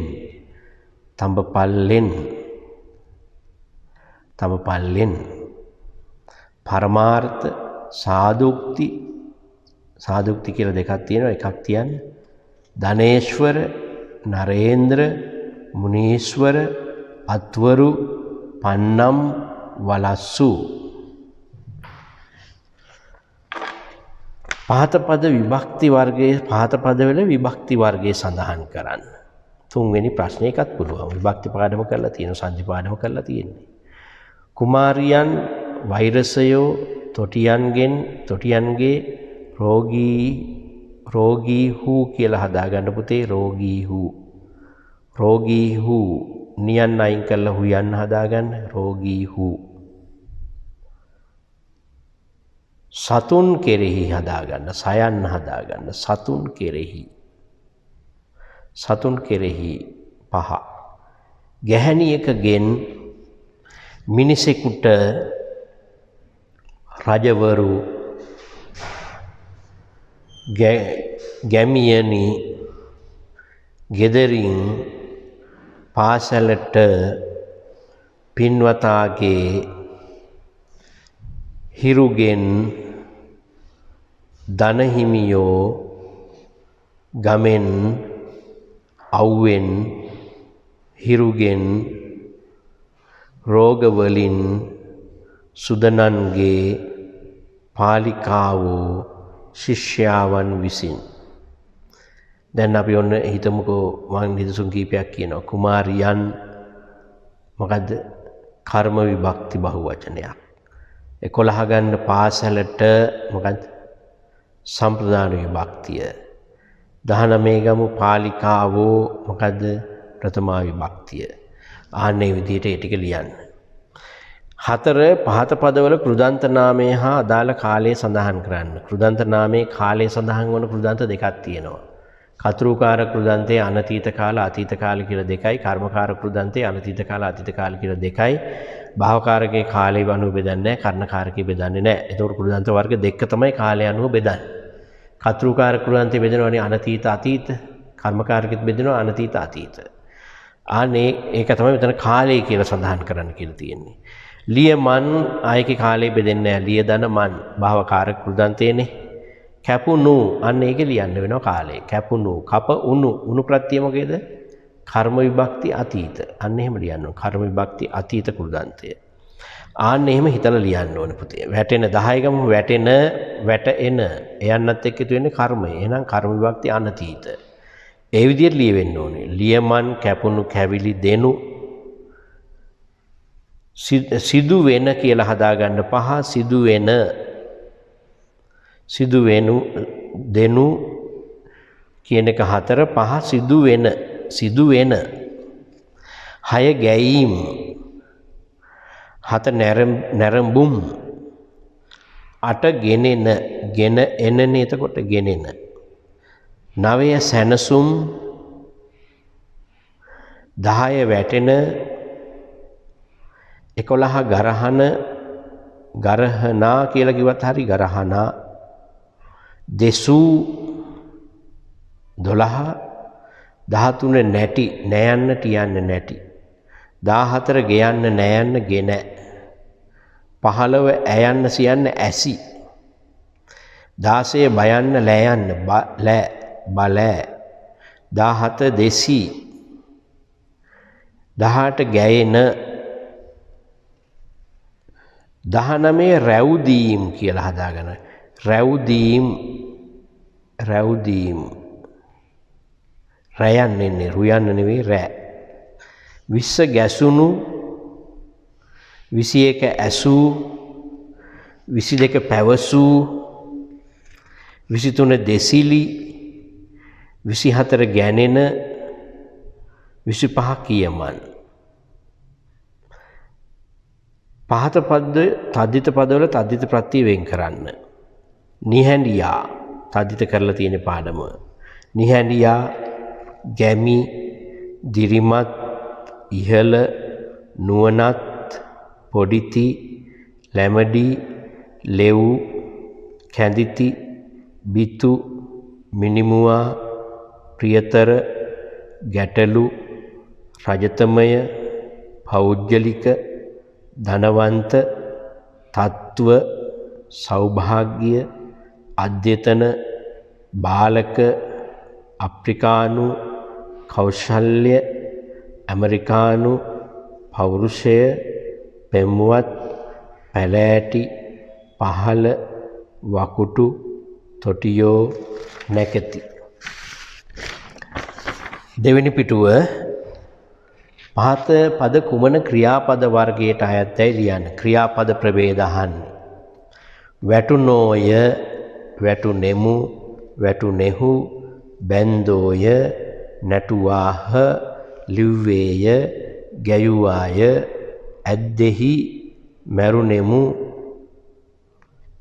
වැන සෙමු කියලා හදාගන්න 10 වැනසෙමු එතන දයන්න තියෙන දයන්න අයින් කරලා සයන්න දාගන්න පුතේ වැනසෙමු නගමු වැට බැන්දෝය රවටන්නාහු කෙඳිරි ගෑවෙමු දැන් නිකන් නිදසුනක් ගත්තොත් වැටුනෝය මොකද්ද ලියන්නේ කාලේ බැලුවම වැටුනෝය අතීතයි එතකොට අපි ලියන්නේ මොකද්ද අතීත කාල බහුවචන ආඛ්‍යාත පදයක් ක්‍රියාපදයක අතීත කාල බහුවචන ක්‍රියාපදයක් මැරුණෙමු 9 මැරුණෙමු මොකද්ද මුයන්නෙන් අවසන් වෙන්නේ උත්තම පුරුෂ එහෙනම් උත්තම පුරුෂ බහුවචන අතීත කාල පදයක් අතීත කාල උත්තම පුරුෂ බහුවචන පදයක් ආන්න එහෙම ලියන්නේ නිපාත පදවල ප්‍රභේදය දක්වන්න ලෙස එතන එන්න ඕනි තෙක් කියලා හදාගන්න දෙක නෙයන්න නෙවෙයි තෙයන්න තෙක් බැවින් විගස කල්හි තුල සහ එව් ඔව් කැටුව ඒසා හැර කිම සෙමින් වාහිනී කැලම කැයන්න එතන තැයන්න නෙවෙයි කැයන්න පුතේ 16 කැයන්න කැලම 17 නෝ 18 ඔන්න 19 ලු 20 නිසා 21 නමුත් 22 හොත් 23 එහෙත් 24 ඇරබ 25 ගැන උපසර්ග සියල්ලම නිවැරදි ලෙස ලියා දක්වන්න උපසර්ග ටික ඔක්කොම ලියන්න කියලා කියන්නේ අවබෝධයෙන් ලියන්න උපසර්ගවල අර්ථ භූෂිත කරන හේවත් අර්ථය ඉහළ දමන උපසර්ග ලියා එක උපසර්ගයේ නිදසුන් 3 බැගින් ලියන්න භූෂිත අර්ථ දෙන උපසර්ග 3ක් ලියලා එකකට නිදසුන් 3ක් භූෂිත අර්ථය කියන්නේ අර්ථය ඉහළ දමන අර්ථය ඉහළ දමන උපසර්ග දැන් අපි නිදසුනක් ගත්තොත් එහෙම පිරිසිදු සූ කියන උපසර්ගය ආවම මුලට සුපිරිසිදු ඔන්න අර්ථය ඉහළ දානවා අවශ්‍ය අති කියන උපසර්ගයේ මුලට આવොත් අත්‍යවශ්‍ය අවශ්‍ය කියනට වඩා අත්‍යවශ්‍ය කියන එකේ අර්ථය ඉහළයි. ඒකට අපි කියනවා භූෂිත අර්ථ. එහෙනම් අර්ථය ඉහළ දාන උපසර්ග ටික ලියලා එකකට නිදසුන් පද තුනක්. ඊළඟට උපසර්ගවල අර්ථ වැඩි කරන විරුද්ධ කරන අර්ථය විරුද්ධ කරන කියන්නේ දූෂිත අර්ථයක් ප්‍රකාශ වෙන උපසර්ග මොනවාද? දූෂිත අර්ථයක් ප්‍රකාශ කරනවා අපි හිතමු මෙහෙම. ලස්සන අව උපසර්ගයම අව ලස්සන වෙනවා. ඔන්න දූෂිත කරන අර්ථය. සිල්වත් දූ උපසර්ගයම දුසිල්වත් කරනවා. බල දූ උපසර්ගයම දුබල වෙනවා. ඒවා අර්ථය දූෂිත කරන උපසර්ග. ඒ ටික තෝරගන්න ඕනේ පුතේ වෙනම. ඊට පස්සේ ඒකට පද තුන බැගින් ලියන්න. පහත ක්‍රියාපද කුමන ක්‍රියා ප්‍රභේදයට අයත්දැයි ලියන්න. සිතත දෙසුවත් සපිරේවා ඇසුනොත් බැබලේවා. පිරුණොත් පුබුදවයි දෙසා ගසමින් දිදී. කර නැරඹුවොත් අසත්වා ගොස් ගයති කියලා හදාගන්න. ඒක ගයති ගයත් නෙවෙයි ගයති. ඊට පස්සේ කරවා ඇසුවොත් විමසත ගනිද්දී කියා. බැලීමට ගෙනෙන්න ලිවීමට ඇඳ නරඹා. විමසීමට අසවයි ගියත් අසත කිව්වත් ගොතා නස නසා පුබුදනු ගසා කරන. පහත පද කුමන සමාසයට අයත්දැයි කියලා ලියන්නට ඕන. පොල්මල් අසුර බඹදත් දහම්සොන රජබිය සරාසඳ සැරියුත්තෙරුන් සොන්තුරු පරපුටු ගී නැටුම් විදුරත් පබල මීපල් දියබත් බමුණු දන් කියලා හදාගන්න පුතේ. එතන දන් 16ක් තියෙනවා. ඒක අයින් කරන්න එකක්. බමුණු දන්. ගවපල් ගුරු පඳුරු සුර බොජුන් කියලා හදාගන්න. එතන බයන්න. සුර බොජුන් බ 19 සුර බොජුන් විශ්ව විඳුර පඬි කියන එක පඬිවරයා විඳුර පඬිවරයා. පාතඹර තෙරුවන තිනෙත් බඹසුර නරෝ ඉකුත් සයුරු. ඔය ටික ලියන්න පුළුවන් පුතේ. සමාස ටික පුළුවන්. පහත මාතෘකා පිළිබඳ කෙටිසටහන් ලියන්න. කෙටිසටහන් ඔක්කොම ලියන්නට ඕන. ද්විත්ව රූප සංධිය අපර ක්‍රියාව තරතම වත්මත් තද්දිත ප්‍රත්‍ය භාවකාරක කෘදන්තේ. භාවකාරක කියලා හදාගන්න. භාව කරන නෙවෙයි භාවකාරක කෘදන්තය මූර්ධය අක්ෂර. අන්තිම එක 12 අකාරාදී පිළිවෙලින් ලියන්න. මහා නාම නන්ද අනුරුද්ධ කිම්බිල කච්චායන සිද්ධාර්ථ සුද්ධෝදන. කොරියාව ජපානය එංගලන්තය චීනය ඉතාලිය එංගලන්තය ඇමරිකාව. කුරුණෑගල නිකවරටිය ගල්ගමුව රමුකන කෑගල්ල මාවනැල්ල අතුරුගිරිය අත්තරගම. සුභද්‍රාවතී කුරුණෑගල ධර්මදාස පුංචිරාල දුලානී වජිරා සිරි. රංකිරා උන්දෑ පිංචිමහයියා කළුදුගියා විජේරත්න හීනාගම අසංග මාලිනී සීලා. ඔය ටිකේ අකාරාදි පිළිවෙල ලියන්න. ඔය අභ්‍යාසය කරනකොට පුතේ සෑහෙන වෙලාවක් යනවා. දැන් ඔබ ඉස්සල්ලාම ලියන්න ඕනේ බැද්දේගම නවකතාවේ ප්‍රශ්නය. බැද්දේගම සාකච්ඡා කරා උපුටන සමග ඒක හොඳට ලියන්න පෙළගස්සලා කරුණු වැඩි වුණාට කමන්නේ. අපි දැන් කරුණු ගොඩක් ලියනවා. විභාග කිට්ටුවේදී අපි කරුණු සීමා කරනවා. දැන් දැනුම සඳහා අවශ්‍ය උත්තර ලියන්නේ. ඒතර කරුණු ටික ඔක්කොම ලස්සනට උපුටන සහිතව ඕගොල්ලොන් තෝරගන්න. ඕගොල්ලොන් දාන්න කැමති උපුටනක් දාන්න. නිදාසේ ලියන්න උත්තරේ. කිසිම ගැටලුවක් නැහැ. ඒක ලියන්න. ඊට පස්සේ මේ ව්‍යාකරණ කොටසේ ව්‍යාකරණ කොටස් ටික ඉවර කරන්න පුතේ. ඒක තමයි පුනරීක්ෂණ පන්තිය අද මූලික වටේදී කරන කොටස. එතකොට බැද්දේගම ප්‍රශ්න උත්තර ලියනවා. ව්‍යාකරණ ප්‍රශ්න පත්‍රය සම්පූර්ණයෙන්ම අද ඉවර කරනවා. ඒ ටික කරලා අපි ඊළඟ පියවරට යමු. හොඳයි අපි පුනරීක්ෂණ කොටසේ දෙවන ප්‍රශ්නය ඉස්සල්ලා බැද්දේගම ප්‍රශ්නේ කතා කරා. අපි දෙවෙනි ප්‍රශ්නය ගැන තාපව අවධානය යොමු කරනවා. මේ ටියුට් එකම අද ඉවර කරන්න ඕනේ. එතකොට එදා ස්පේමතෝ ජායති සකෝනාට්‍ය ප්‍රශ්න පිළිතුරු ලිව්වා. දැන් අද සාකච්ඡා කරා බැද්දේගම ගැන. ඊට පස්සේ ව්‍යාකරණ ප්‍රශ්න පත්‍රය ගැන කතා කරා. දැන් ආපහු කෙටි කතා ප්‍රශ්නය පිළිබඳ කතා කරනවා.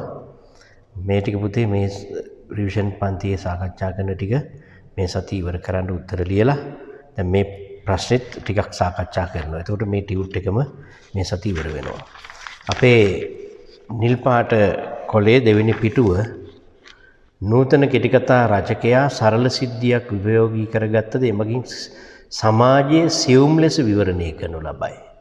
නූතන කෙටිකතාකරුවා සරල සිද්ධියක් උපයෝගී කරගත්තත් එමගින් සමාජයේ සියුම් ලෙස විවරණය කරනවා. ඒක තමයි අපේ ප්‍රශ්නය. දැන් අපි හිතමු මෙහෙම සරල සිද්ධිය රැකියා විරහිතභාවය. සරල සිද්ධිය රැකියා විරහිතභාවය. ඔන්න දැන් කළු සපත්තු කෙටිකතාව එනවා. කළු සපත්තු කෙටිකතාවේ ගත්තොත් එහෙම ඒකේ තියෙන්නේ රැකියා විරහිතභාවය පිළිබඳ ප්‍රශ්නයක්. ජයතිලක කම්මැල්ල වීර ලියනවා කළු සපත්තු. රැකියා විරහිතභාවය. ඊළඟට කරත්තේ කෙටිකතාව ලියනවා සෝමරත්න බාලසූරිය. ඒකේ සමකාලීන සමාජ ප්‍රශ්නයක් යථාර්ථවාදීව විවරණය කරනවා. සමකාලීන ප්‍රශ්නයක් පිළිබඳ පොඩි සිද්ධියක් ගන්නවා. ඊළඟට තව කෙටිකතාවක් තියෙනවා ගස් කියන කෙටිකතාව නිස්සංක විජේමාන්. අසාධාරණ විදියට කැලේ විනාශ කරන ගස් කපන මිනිසෙක් සහ සාධාරණ මිනිහෙක් පොඩි සිද්ධියක් ඔස්සේ සමාජ විවරණයක් සපයනවා. මේ වගේ කෙටිකතා කරුවන්ට පුළුවන් සරල සිද්ධියක් උපයෝගී කරගෙන සමාජයේ පිළිබඳ සියුම් විවරණ සපයන්නට පුළුවන්. දැන් මේ ප්‍රශ්නට පිළිතුරු ලියනකොට පුතේ ඔයගොල්ලෝ ආරම්භයේ ලස්සනට හදන්න ඕනේ. මම මේකේ කරුණක් දාලා තියෙනවා ආරම්භයේ නිර්මාණාත්මකව හා ව්‍යක්ත ලෙස ආරම්භ කරන්න. නිර්මාණාත්මකවයි ව්‍යක්තවයි ආරම්භ කරන්න කියලා තියෙනවා. ඒ කියන්නේ ඔබ ලස්සන ආරම්භයක් හදා ගන්න ඕනේ. දැන් අපි හිතමුකෝ මෙහෙම නූතන කෙටිකතා කරුවා සුවිශේෂ වස්තු විෂයන් ඔස්සේ නූතන කෙටිකතා කරුවා සුවිශේෂ වස්තු විෂයන් ඔස්සේ කෙටිකතා නිර්මාණය කළ බව පෙනේ. එහිදී බොහෝ සෙයින් නූතන කෙටිකතා කරුවාට අවධානයට යොමු කර ගැනීමට හැකි වූයේ මේ සමාජයේ පිළිබඳ සියුම් විවරණ තමයි නූතන කෙටිකතා කරුවා බොහෝ සෙයින් තම නිර්මාණ සඳහා යොදාගන්නේ. ඒ කෙටිකතාවේ සමහර වෙලාවට තියෙන සරල සිද්ධියක්. ඒ සරල සිද්ධිය තුලින් සමාජයේ පිළිබඳ සියුම් විවරණයක් කරනවා කෙටිකතා කරුවා. ඕන් ඔය වගේ අර්ථයක් මුලදී පටන් ගන්නකොට ගන්න ඕනේ. නූතන කෙටිකතා කරුවා තම වස්තු විෂයන් තෝරා ගැනීමේදී සුවිශේෂත්වයකින් යුතු ඒ වස්තු විෂයන් තෝරගෙන තිබෙනවා. එහිදී බොහෝ සෙයින් නූතන කෙටිකතා කරුවා සමාජයේ සියුම් ලෙස විවරණය කරන අවස්ථා බොහොමයක් තිබෙනවා. එහිදී කෙටිකතා කරුවා යොදාගෙන ඇත්තේ කෙටිකතාව සඳහා සමහර වෙලාවට එක් සිද්ධියක් සරල සිද්ධියක් වෙන්නට පුළුවන්. ඒ සරල සිද්ධිය වුවද ඒ තුලින් සමාජයේ පිළිබඳ සියුම් විවරණයක් සපයමින් කෙටිකතාව නිර්මාණය කර තිබෙනවා කියන අදහස මුලට ගන්න. එහෙම නැත්නම් ඔබට අභිමත ඕන විදිහකට පටන් ගන්න පුතේ. ඒක කිසි ප්‍රශ්නයක් නැහැ. සමාජයේ පිළිබඳ බිඳු මාත්‍රයක් හෙළිදරව් කරන වෘත්තාන්තයේ කෙටිකතාවයි කේ ජයතිලක කියලා තියෙනවා. එහෙමත් කියන්න පුළුවන්. සමාජයේ පිළිබඳ බිඳු මාත්‍රයක්. සමාජ තත්ත්වයේ පිළිබඳ බිඳු මාත්‍රයක් හෙළිදරව් කරන කෙටිකතාව මේ සාහිත්‍යාංගයේ කෙටිකතාවයි කේ ජයතිලක කියලා තියෙනවා. ඒක ගන්නත් පුළුවන් ඕනනම් ඕගොල්ලන්ට. ඒ වගේ නිර්වචනකින් පටන් ගන්නත් පුළුවන්. එහෙම නැත්නම් ඉතින් සාමාන්‍ය රටාවට ගන්නත් පුළුවන්. නූතන කෙටිකතා කරුවන්ට සුවිශේෂ වස්තු විෂයන් මේ කෙටිකතාව වලට අදාළ කර ගැනීමට හැකි වුණා. ඒ තුලින් සරල සිද්ධියක් වුණත් කෙටිකතාවේ තියෙන ඒ තුලින් සියුම් සමාජ විවරණයක් සපයන්නට හැකි වුණා. ඒ වගේ අදහසකින් පටන් ගන්න. පටන් අරන් අපි ලියනවා මෙන්න මෙහෙම. මෙන්න මේ කෙටිකතාව වලින් නිදසුන් සැපිය හැකි කියලා. සමකාලීන සමාජ ප්‍රශ්න එතන ප්‍රශ්නයක් කියලා හදාගන්න පුතේ අකුරු වල පොඩි වෙනසක් තියෙනවා. ප්‍රශ්නයක් යථාර්ථවාදීව විග්‍රහ කර තිබීම කරත්තේ කෙටිකතාව සෝමරත්න බාලසූරිය. ත්‍රස්වාදී කලබල තිබූ සමේ කතාවේ පරිසරයේ වී තිබේ. කරත්තකවරට තිබෙන චෝදනාව වන්නේ ත්‍රස්වාදීන්ට කෑම සපයා දීමයි. ඔහු පොලිසියට රැගෙනේ. පොලිසිය අසන ප්‍රශ්න වලට ඔහු පිළිතුරු දෙනු ලබන පිළිතුරු පොලිසිය රුස්සන්නේ නැත. ඔහු පොලිස් කූඩුවේ දමා දින දෙකක් තබා ගනී.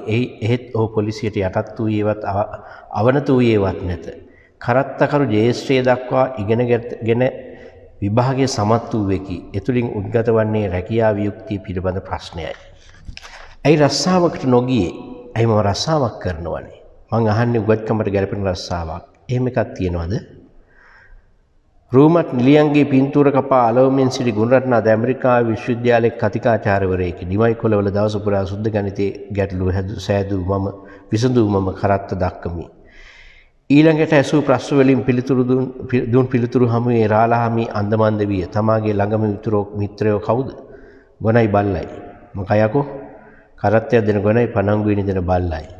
මෙහිදී රාලහාමි කරත්තකරුට වැරින් පහරක් දී කූඩුවට දමයි. ඊළඟට ඔහුගෙන් ප්‍රශ්න කරන්නේ OIC මහතාය. එදා තමා ත්‍රස්තවාදීන්ට කෑම උයා දුන්නද? මම කීප දෙනෙකුට කෑම උයලා දුන්නා. මම දන්නේ නැහැ ඒ ත්‍රස්තවාදීයද නැද්ද කියලා. දන්නේ හඳුනන්නේ නැති අයට කෑම උයලා දීමේ සිරිතක් තියනවද? බඩගින්න ඉන්නව නම් මිනිහෙකුට නෙවෙයි සතෙක් සිව්පායකට උනත් කණ්ඩ දෙනවා තියෙන හැටියට. පොලිස් නිලධාරියාගේ නොදැනුවත්කම හාස්‍යයට ලක්වේ. වැරදිකරු නිවැරදිකරු දැයි සොයා බලන්න තරම්වත් ප්‍රායෝගික බුද්ධියක් ඔවුන්ට නොමැති බව හඟවයි. අහිංසක ජනයාට පොලිස් නිලධාරීන් සිදු කරන වැරදි දඬුවම් දීම සහ බැනවැදීම් පාඨකයාගේ උපහාසයට ලක්වේ. ඔන්න ඔය ටික තමයි අපි කරත්තේ කෙටි කතාවේ උපුටන විදියට සපයන්නේ. දැන් පුතේ මෙහෙමයි ඔන්න අපව ආරම්භය ගැන මම සඳහන් කරනවා. නූතන කෙටි කතා රචකයා සරල සිද්ධියක් උපයෝගී කරගත්තද එමගින් සමාජයේ සියුම් ලෙස විවරණය කරනවා. නූතන කෙටි කතා කරුවා සරල සිද්ධියක් කෙටි කතාවෙන් ගෙනාවට සමාජයේ පිළිබඳ සියුම් විවරණයක් කරනවා කියන කෙනේ ප්‍රශ්නය. එතකොට අපි ආරම්භ කරන විදිය ආපෝසරයක් සඳහන් කළොත් නූතන කෙටි කතා කරුවා සුවිශේෂ වස්තු විෂයන් ඔස්සේ කෙටි කතා නිර්මාණය කර තිබෙන බව පෙනේ. එහිදී ඇතැම් විට කෙටි කතාව තුළින් සරල සිද්ධියක් විවරණය වුවද ඒ ඔස්සේ සමාජයේ පිළිබඳ සියුම් විවරණයක් සපයන්නට කෙටි කතා කරුවන් සමත් වී තිබේ. එලෙස නිර්මාණය කරන ලද කෙටි කතා ලෙසට සෝමරත්න බාලසූරිය මහතාගේ කරත්තේ කෙටි කතාව, නිස්සංක විජේමාන මහතාගේ ගස් නැමැති කෙටි කතාව සහ ජයතිලක කම්මැල්ල වීර මහතාගේ කළු සපත්තු නැමැති කෙටි කතාව හඳුන්වා දීමට හැකිය. ඔන්න ආරම්භයක්. එහෙම නැත්නම් වෙන විදිහකට ආරම්භ කරන්න. කිසියම් සමාජ තත්වයක් පිළිබඳ බිඳු මාත්‍රයක් හෙළිදරව් කරන වෘත්තාන්තයේ කෙටි කතාවයි. කිසියම් සමාජ තත්වයක් පිළිබඳ බිඳු මාත්‍රයක් හෙළිදරව් කරන වෘත්තාන්තයේ කෙටි කතාවයි. එහෙම කියලා තියෙන්නේ කේ ජයතිලක කියන සාහිත්‍යවේදියා. කිසියම් සමාජ තත්ත්වයක් පිළිබඳ බිඳු මාත්‍රයක් හෙළිදරව් කරන වෘත්තාන්තයේ කෙටි කතාව. ඒකින් පටන් ගන්න පුළුවන්. කේ ජයතිලකයන්ගේ ඉහත නිර්වචනයට අනුව කිසියම් සමාජ තත්ත්වයක් පිළිබඳ බිඳු මාත්‍රයක් වැනි සුළු ප්‍රමාණයක් විවරණය කරන වෘත්තාන්තයේ කෙටි කතාව ලෙසට අවධාරණය වේ. සැබවින්ම නූතන කෙටි කතා කරුවන් එබඳු සරල සිද්ධියක් කෙටි කතාවට වස්තු විශේෂ කරගත්තද එතුලින් ඊටා ප්‍රබල සහ සියුම් වූ සමාජ විවරණයක් සපයන්නට උත්සාහ කර තිබෙන බව ප්‍රශංසනීයාත්මක ලෙස සඳහන් කළ හැකිය. ආන්න එහෙම අදහසක් ගන්න පුළුවන්. කෙසේ හෝ එම අදහස අරගෙන පුතේ ආරම්භය හදන්න. ඊට පස්සේ අපි ගන්න ඕනේ තරු ලකුණු දාලා මේ කෙටි කතා තුන හඳුන්වන්න පුළුවන්. කවුද? සෝමරත්න බාලසූරිය මහතාගේ කරත්තය කෙටි කතාව. එහෙම නැත් ඒකම අපි ලියනවා නිස්සංක විජේමාන මහතාගේ ගස් නැමැති කෙටි කතාව.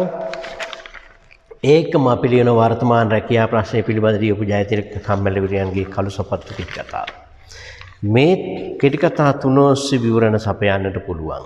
ඔන්න දැන් අපි ගන්නවා ඉස්සල්ලාම ත්‍රස්තවාදී කලබල තිබූ සමයේ කතාවට පරිසරයේ වී තිබෙනවා. මොකේද? කරත්තේ කෙටි කතාවට. සමකාලීන සමාජ ප්‍රශ්නයක් යථාර්ථවාදීව විග්‍රහ කරනවා කරත්තේ කෙටි කතාවෙන්. මේකට පසුබිම් වෙන්නේ ත්‍රස්තවාදී කලබලකාරී සමාජ පරිසරය. කරත්තකරු තියෙන චෝදනාව තමයි ත්‍රස්තවාදීන්ට කෑම සපයා දීම නැත්නම් කෑම පිසා දීම. ඔහු පොලිසියට රැගෙන එනවා. පොලිසියෙන් අසන ප්‍රශ්න වලට ඔහු පිළිතුරු දෙන්නේ නුරුස්සන ගතියෙන්. ඔහු පොලිස් කූඩුවට දමා දින දෙකක් තියා ගන්නවා. එහෙත් පොලිසියට ඔහු යටත් වෙන්නවත් අවනත වෙන්නවත් නැහැ. කරත්තකරු ජේෂ්ඨය දක්වා ඉගෙනගෙන විභාගයේ සමත් වූවෙකි. එතුලින් උද්ගත වන්නේ රැකියා වියුක්තිය පිළිබඳ ප්‍රශ්නයයි. කරත්තකරු පොලිසියට රැගෙන එනවා. රැගෙන ඇවිත් අහනවා ප්‍රශ්න. අහන්නේ මොකද්ද? තමන් කොතෙක් දුරට ඉගෙනගෙන තියෙන නම ඇහුවා ගම අහනවා. තමන් කොතෙක් දුරට ඉගෙනගෙන තියෙනවද? මං ජේෂ්ඨය සමත්. එතකොට අහනවා ඇයි ඉතින් ඔච්චර විභාගේ සමත් වෙලා රස්සාවකට නොගියේ? පළවෙනි කොටනේ බලන්න පුතේ. ඇයි රස්සාවකට නොගියේ? කරත්තකරු කියනවා මම රස්සාවක් කරනවනේ.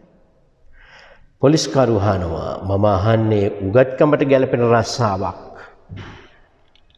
එහෙම එකක් තියෙනවද? කරත්තකරු අහනවා. ඒ වෙලාවෙම නැගිට්ටපු ගමන් පොලිස් නිලධාරියා කම්මුලට දෙකක් දෙපැත්තට ගහනවා කරත්තකරුට. අහනේවට පිළිතුරු දෙනවා පඬිතකම් කතා කරන්න එපා. පොලිස්කරු කියනවා කරත්තකරුට. ආයිඳ ගත්තා. ඊළඟට ඇසූ ප්‍රශ්නවල දුන් පිළිතුරු හැමුවේ රාලහාමි අන්දමන්ද වෙනවා ආපහු සැරයක්. රාලහාමි අහනවා තමාගේ ළඟම මිතුරන් කවුද? දෙන උත්තරේ ගොනයි බල්ලයි. පොලිස් නිලධාරියට තරහ ගියා ආපහු. මොකා යකෝ? ආයෙ දෙන උත්තරේ කරත්තේ අදින ගොනයි පඩංගුවේ නිදන බල්ලයි. මෙහිදී රාලහාමි කරත්තකරුට වැරෙන් පහර දී කූඩුවට තමයි. හොඳටම පහර දෙනවා දීලා කූඩුව ඇසල දානවා. දැන් කරත්තකරු ජේෂ්ඨය පාස්. නමුත් ඔහුගේ රස්සාව කරත්ත රස්සාව. රාලහාමි අහනවා ඇයි ඔච්චර ඉගෙනගෙන රස්සාවකට නොගියේ? ඇයි මං රස්සාවක් කරනවනේ? මං කියන්නේ උගත්කමට ගැලපෙන රස්සාවක්. එහෙම එකක් තියෙනවද? ඕන්න ඔය වචනෙන් පුතේ පුළුල් අර්ථයක් එනවා. එහෙම එකක් තියෙනවද? මොකද්ද? උගත්කමට ගැලපෙන රස්සාවක් කියලා එකක් තියෙනවද? ඔන්න රැකියා වියුක්තිය සහ සුදුස්සාට සුදුසු රැකියාව නොලැබීම පිළිබඳ සියුම්ම සමාජයේ විවරණය කරනවා. එකක් තමයි සුදුස්සාට සුදුසු හැන නැහැ. නුසුදුස්සාට නුසුදුසු තැන ලැබිලා තියෙනවා. සුදුස්සාට සුදුසු තැන නැහැ. ඉගෙන ගත්තේ මිනිසයාට හොඳ රස්සාවල් නැහැ. එහෙම රැකියා වියුක්තියක් තියෙනවා. අන්න ඔය සංකීර්ණ ප්‍රශ්නය සියුම් ලෙස කෙටි කතාවෙන් කියනවා. ඉගෙන ගත්ත තරමට රස්සාවක් නැහැ. සුදුස්සට සුදුසු නැහැ. රැකියා ප්‍රශ්නය ගැන සියුම්ම කියනවා කෙටි කතා කරුවා. ඒවා විග්‍රහ වෙන්න ඕනේ. ඊළඟට ඉස්කෝලේ යන කාලේ මෙයාගේ හොඳම යාළුවෙක් එක පන්තියේ හිටපු ගුණරත්න කියන්නේ. ඔහු ටිකක් අමුතු මානසිකත්වයක් තියෙන මිනිස්සෙක් නෙමේ උපුටනෙන් පේන්නේ. රූමත් නිලියන්ගේ පින්තූරක පාලවමින් සිටි ගුණරත්න අද ඇමරිකාවේ විශ්වවිද්‍යාලයක කතිකාචාර්යවරයෙකි. නිලියන්ගේ පින්තූර කපකපා පොත්වල අලවල හිටපු අමුතු මානසිකත්වයක් තියෙන මිනිසයා ඇමරිකාවේ විශ්වවිද්‍යාලයේ අද කතිකාචාර්යවරයෙක්. ඩිමයි කොළවල දවස පුරා සුද්ධ ගණිත ගැටලු විසඳුමම කරත්ත දක්වමි. කොහොමද? සුදුස්සාට සුදුසැනට යන්න බැරි වෙලා. සුද්ධ ගණිත ගැටලු හදපු මිනිහා කරත්තේ අදිනකොට කරත්තේ රස්සාව කරනකොට මිනිලියන්ගේ පින්තූර කපකපා හිටපු අමුතු මානසිකත්වයක් තියෙන මිනිහා ඇමරිකාවේ විශ්වවිද්‍යාලයක කතිකාචාර්යවරයෙක්. ඔන්න තව විවරණයක් සපයනවා. ඒ විතරක් නෙවෙයි. ඊට පස්සේ ගෙන්නනවා මෙයාව OIC මහත්තයා පොලිසියේ. අහන OIC මහත්තයා ප්‍රශ්න. ඊළඟට ඔහුගෙන් ප්‍රශ්න කරන්නේ OIC මහතාය. තමා එදා ත්‍රස්තයන්ට කෑම උයා දුන්නද? මම කීප දෙනෙකුට කෑම උයලා දුන්නා. මන් දන්නේ නැහැ ඒ අය ත්‍රස්තවාදීන්ද නැද්ද කියලා. ඔහු දෙන උත්තරේ. දන්න හඳුනන්නේ නැති අයට කෑම උයලා දීමේ සිරිතක් තියෙනවද? OIC මහත්තයා අහනවා. බඩගින්නේ ඉන්නවනම් මිනිහෙකුට නෙමෙයි සතෙක් සිව්පාවයකට උනත් කණ්ඩ දෙනවා තියෙන හැටියකට. ඔන්න ගැමි මිනිහාගේ තියෙන ගැමි ස්වභාවය සියුම්ම විවරණය කරා. අන්තිමට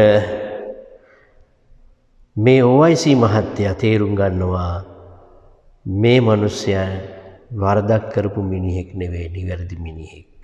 අර පොලිස්කරුට තේරුම් ගන්න බැරි වුණා. එහෙම ඒ නිසා තමයි ඔව් පහර දෙන්නේ.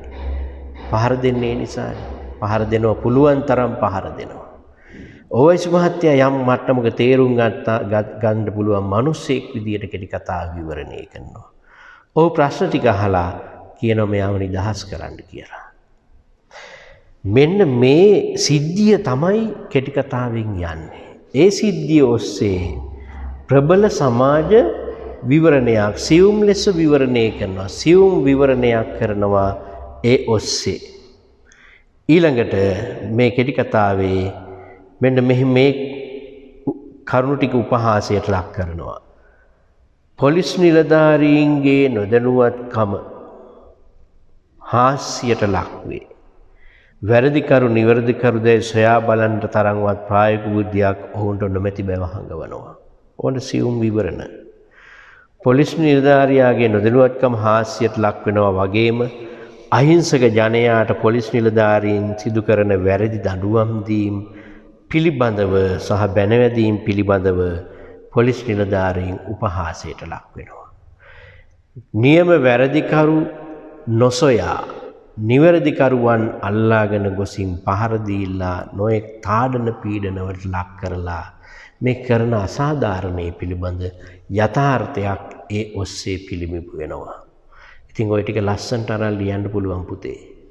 සියුම් සමාජ විවරණ සපයනවා ඊටාම ලස්සනට. ඒතර එක පැත්තක් තමයි රැකියාව වියුක්තිය සුදුස්සාට සුදුසුසන් නොලැබීම, පොලිස් නිලධාරීන්ගේ අනුවණකාරී සහ පහත් ක්‍රියාකාරකම් ඒවා උපහාසයට ලක්වීම කෙටි කතාව තුළ දකින්න තියෙනවා. ඒ කෙටි කතාවෙන් උපරිම කීපයක් අරන් ඒ ਵਿਚාරය ලියනකොට ඊට පස්සේ අපි එනවා සමාජ අසාධාරණය නිසා නිර්ධන පාන්තිකයන්ට මුහුණ පෑමට සිදුවන ඉරණමත් කලාත්මක ඉදිරිපත් කරන්නට ගස් නැමැති කෙටි කතා රචකයා සමත් වී තිබෙනවා නිස්සංක විජේමාන්න ගස් කෙටි කතා. මේකේ තියෙන්නේ හොරෙන් කැලේ කපන මුදලාලි කෙනෙක් සහ වනයේට ආදරය කරන වනයේ රකින්නට උත්සාහ කරන නියම ගැමියෙකු අතර ඇතිවන ගැටුම. අවසානයේ බලපුලුවන්කාර මුදලාලි අර අහිංසක අවංක ගැමි මිනිස්යාව මරා දමනවා. මේක තමයි ගස් කෙටි කතාවේ යන සිද්ධිය. ඒ සිද්ධිය ඔස්සේ පුළුල් හා සියුම් සමාජ විවරණයක් සපයනවා. කර්තේලිස් මුදලාලි හොරට ලී කපා විකුණන කූට ව්‍යාපාරිකයෙකි. ඉරුම් පොළවල් කිහිපයක් ඔහු සතුය. සියඹලාවේ ගුණපාල නැමැත්තා වරක් උදළු මිටක් කපන්න කැලෑවට ගොසින් අසු වී දඬුවම් විදි පුජ්‍යලයකි. එහෙත් ඔහු නීතිගරුක පුජ්‍යලයෙකු ලෙසට ප්‍රකට විය. එතන හදාගන්න නීතිගරුක පුජ්‍යලයෙකු ලෙසට ප්‍රකට විය. ඔහු ගස්සිටුවීමේ ව්‍යාපාරයක්ද පවත්වාගෙන යයි. කර්තේලිස් මුදලාලිගේ හොරලි ව්‍යාපාරයේ පොලිසියට අවසූ පසු ඔත්තුවදී ඒ සිදු කරන ලද්දේ ගුණපාල විසින් යයි සිතා ගුණපාලව අසාධාරණ ලෙස මරා දැමීය. මේක තමයි කෙටි කතාවේ සිද්ධිය. ඒ සිද්ධිය ඔස්සේ ගුණපාල මැරී වැටී සිටින්නේ කොහොමද? අඩක් කැපුමෙන් කඩා වැටුණු මහා පළු වෘක්ෂයට යට වී සියඹලාවේ ගුණපාල මේ ගොස් සිටියේය. දිගහැරුණු සුරතට ඔබ්බෙන් පොරවක් වැටී තිබින. ඇත්තම සිද්ධිය වෙන්නේ මේ කර්තේලිස් මුදලාලිගේ ඉරුම් පොළවල් ටික පොලිසියට අහු වුණාට පස්සේ ඔත්තුව දුන්නේ මේ සියඹලාවේ ගුණපාල කියලා හිතලා ඔහුව මරා දානවා. ඔහුට ඉස්සල්ලා ඔළුවට පොළු පහරක් ගහලා ගෙනියලා ඒ ඇඟ මතට පළු ගහක් කපලා දානවා. පළු ගහක පොරව තියෙනවා පිටිපැත්තකට විසි වෙලා. හැබැයි ඒ පොරව මොට්ට පොරවක්. ඒකින් පළු ගහක් කපන්න බෑ. ඒකින් පේනවා මෙයාව මරලා පොරව පැත්තකින් විසි කරලා දැම්මා. මෙයාගේ ඇඟිලි සලකුණු සහිතව අතට ඉසල පොරව විසි කරා ගුණපාල දෙසට පණ තියෙන වෙලාවේ ගුණපාල පොරව ඇල්ලුවා අතින්. ඊට පස්සේ තමයි පොළු පහරක් වදින්නේ ඔළුවට. මරලා ඉවර වෙලා අර ගහට යට වෙලා මරුණා කියන්න පොරවක් පැත්තකින් දැම්ම. පොරවේ තියෙන්නේ ගුණපාලගේ ඇඟිලි සලකුණු. හැබැයි ඒ පොරවෙන් ගහක් කපන්න බෑ. මොට්ට පොරවක්. ඒකින් පේනවා මේක මිනි මැරුමක් කියලා. නමුත් බලපුලුවන් කාර්යෝ ඒව යටපත් කරනවා. අඩක් කැපීමෙන් කඩා වැටුණු මහා පළුගුස්සයට යට වී සියඹලාවේ ගුණපාල මිය ගොස් සිටියේය. දිගහැරුණු සුරතට ඔබ්බෙන් පොරවක් වැටී තිබින. ඔන්න මේ ගුණපාල වනයේට ආදරය කරපු විදිය දැන් මහා වනයේ කපන කරතේලිස් මුදලාලිලා පොලිසියට අහුවෙලා අධිකරණයට ගිහින් නැහැ. දවසක් උදුළු මිටක් කපන්න ගුණපාල පොඩි ගහක් කපා ගත්තා. මේකට මෙයාව යවුවා අධිකරණයට. අධිකරණයේදී රුපියල් 500ක් දඩ ගැහුවා ගහක් කැපුවට. 500 දඩේ ගෙවලා එන ගමන් ගුණපාල හිතනවා හොඳයි උදුළු මිටකට ගහක් කැපුවටනේ මට මේම කරේ. හොඳයි මුදලාලි කරතේලිස් මුදලාලිලා කරන ව්‍යාපාරය ගැන හිතලා කියනවා හොඳයි මින් පස්සේ ගස් කප්පඤ්ඤං කොමං ගස් කප්පඤ්ඤං එම් කියන්නේ කියලා එන්නේ. ගුණපාලලා මේ වනයේට ආදරය කරා. ඔහු කියනවා වෙලාවක අපේ අම්මා දර කඩපු කැලෑව අපි කැලෑව නාස්ති කරේ නැහැ. රුක්ෂ දේවතාවෝ කෝප කළේ නැහැ. රුපියල් 500 දඩකයක් ගුණපාල දත්මිටි කමින් එළියට පැස්සේය. කප්පඤ්ඤං දිකට අරහට ඔහු උසාවිය ළඟ විසල් මාර්ගහ පාමුලදී අදිෂ්ඨාන කළේ. ඒ කියන්නේ මම මේ උදළු මිටකට යකෝ මං කැලේ රකින්න මිනිස්සයා. මගේ අපි සියලු දෙනා කැලේට ආදරේ. අපි කැලේ හදන්න පැල හිටවපු මිනිස්සු. උදළු මිටට මං ගහක් කැපුවා මෙහෙමයි. ඒතකොට කැලේ මහා විදියට විනාශ කරන මිනිස්සු උන් නැහැ. හරි මම පස්සේ මං ගස් කප්පන්නම් කියලා තමයි අධිකරණයෙන් එළියට ආවේ. එතකොට ගුණපාලව මේ පුජ්‍යලයා විසින් මරලා දානවා. මරලා දාලා පළුගහට යට වෙලා මරනවා කියන එක අගවනවා. හැබැයි කෙටි කතාකාරයා මෙහෙම කියනවා. අඩක් කැපීමෙන් කඩා වැටුණු පළුගස්සට යට වී සියඹලාවේ ගුණපාල මී ගොස් සිටියේය. ඔහුගේ නිසල හිස අසල දෙපෙති වී මහා ගසක් වන්නට පෙති දෙකක් වෙලා මෙහෙම මහා ගහක් වෙන්නට තවත් පැලයක් අවදි වී සිටිනු කිසිවෙකි නොදක්නාලදී. දෙපෙති වෙලා තවත් පැලයක් මතු වෙලා තියෙනවා ඒ වගේ ගහක් විදියට හැදෙන්න. ඒක කවුරුත් දැක්කේ නැහැ. මොකක්ද අර්ථය? ගුණපාලලා වගේ මිනිස්සු මරලා මේ සමාජයෙන් අයින් කරන්න බෑ. ඒ වගේ තව මිනිස්සු මතු වෙනවා සමාජයෙන්. තව මතු වෙනවා. හොරට ලී කපන මුදලාලි අසාධාරණ ලෙස ගුණපාලගේ ජීවිතේ විනාශ කරා. නමුත් ඇත්ත යථාර්ථයේ පිළිබඳ සමාජ විවරණයක් කෙටි කතාවෙන් ගේනවා. එතකොට එක සිද්ධියක් අරගෙන සියුම් ලෙස සමාජයේ විවරණය කරනවා. සමාජයේ මෙහෙම පුජ්‍යලෝ ඉන්නවා. වනයේට ආදරය කරන, සමාජයට ආදරය කරන, මානවයාට ආදරය කරන, සතා සිව්පාට ආදරය කරන, ගහකොළට ආදරය කරන මිනිස්සු ඉන්නවා. ඒ මිනිස්සු අසාධාරණ විදිහට මිය යනවා.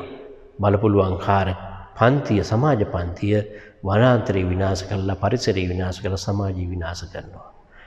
ඕක තමයි සමාජ විවරණයේ විදියට කෙටි කතාකාරයා ගේන්නේ.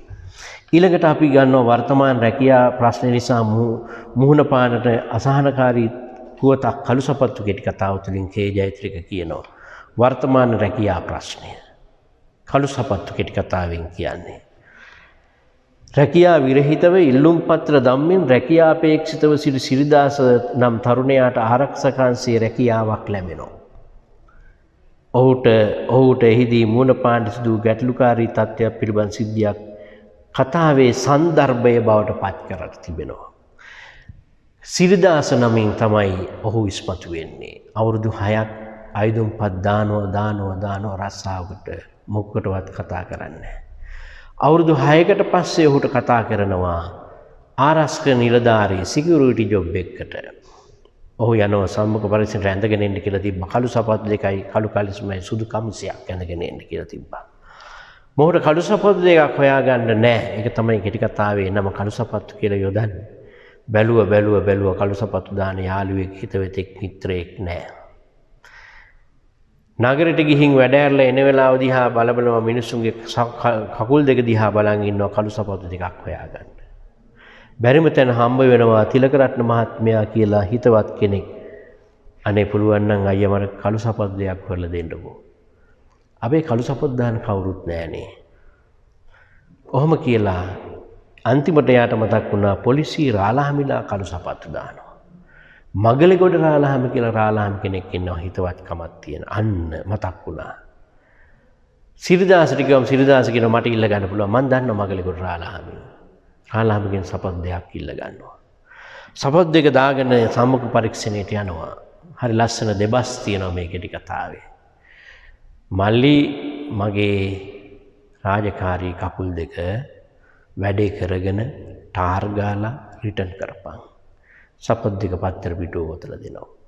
හරි ලස්සනයි මේකේ කිරි කතාවේ දෙබස් කම්මැලි වීරයන් යොදන. මොහු දැන් මේ දෙක දාගෙන සම්මුඛ පරීක්ෂණයට ගියා.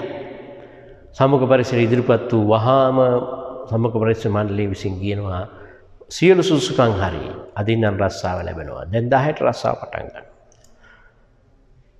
දුන්න යුනිෆෝම් එකට අදාළ කැප් එකක් බැච් ටික ඔක්කොම දෙනවා.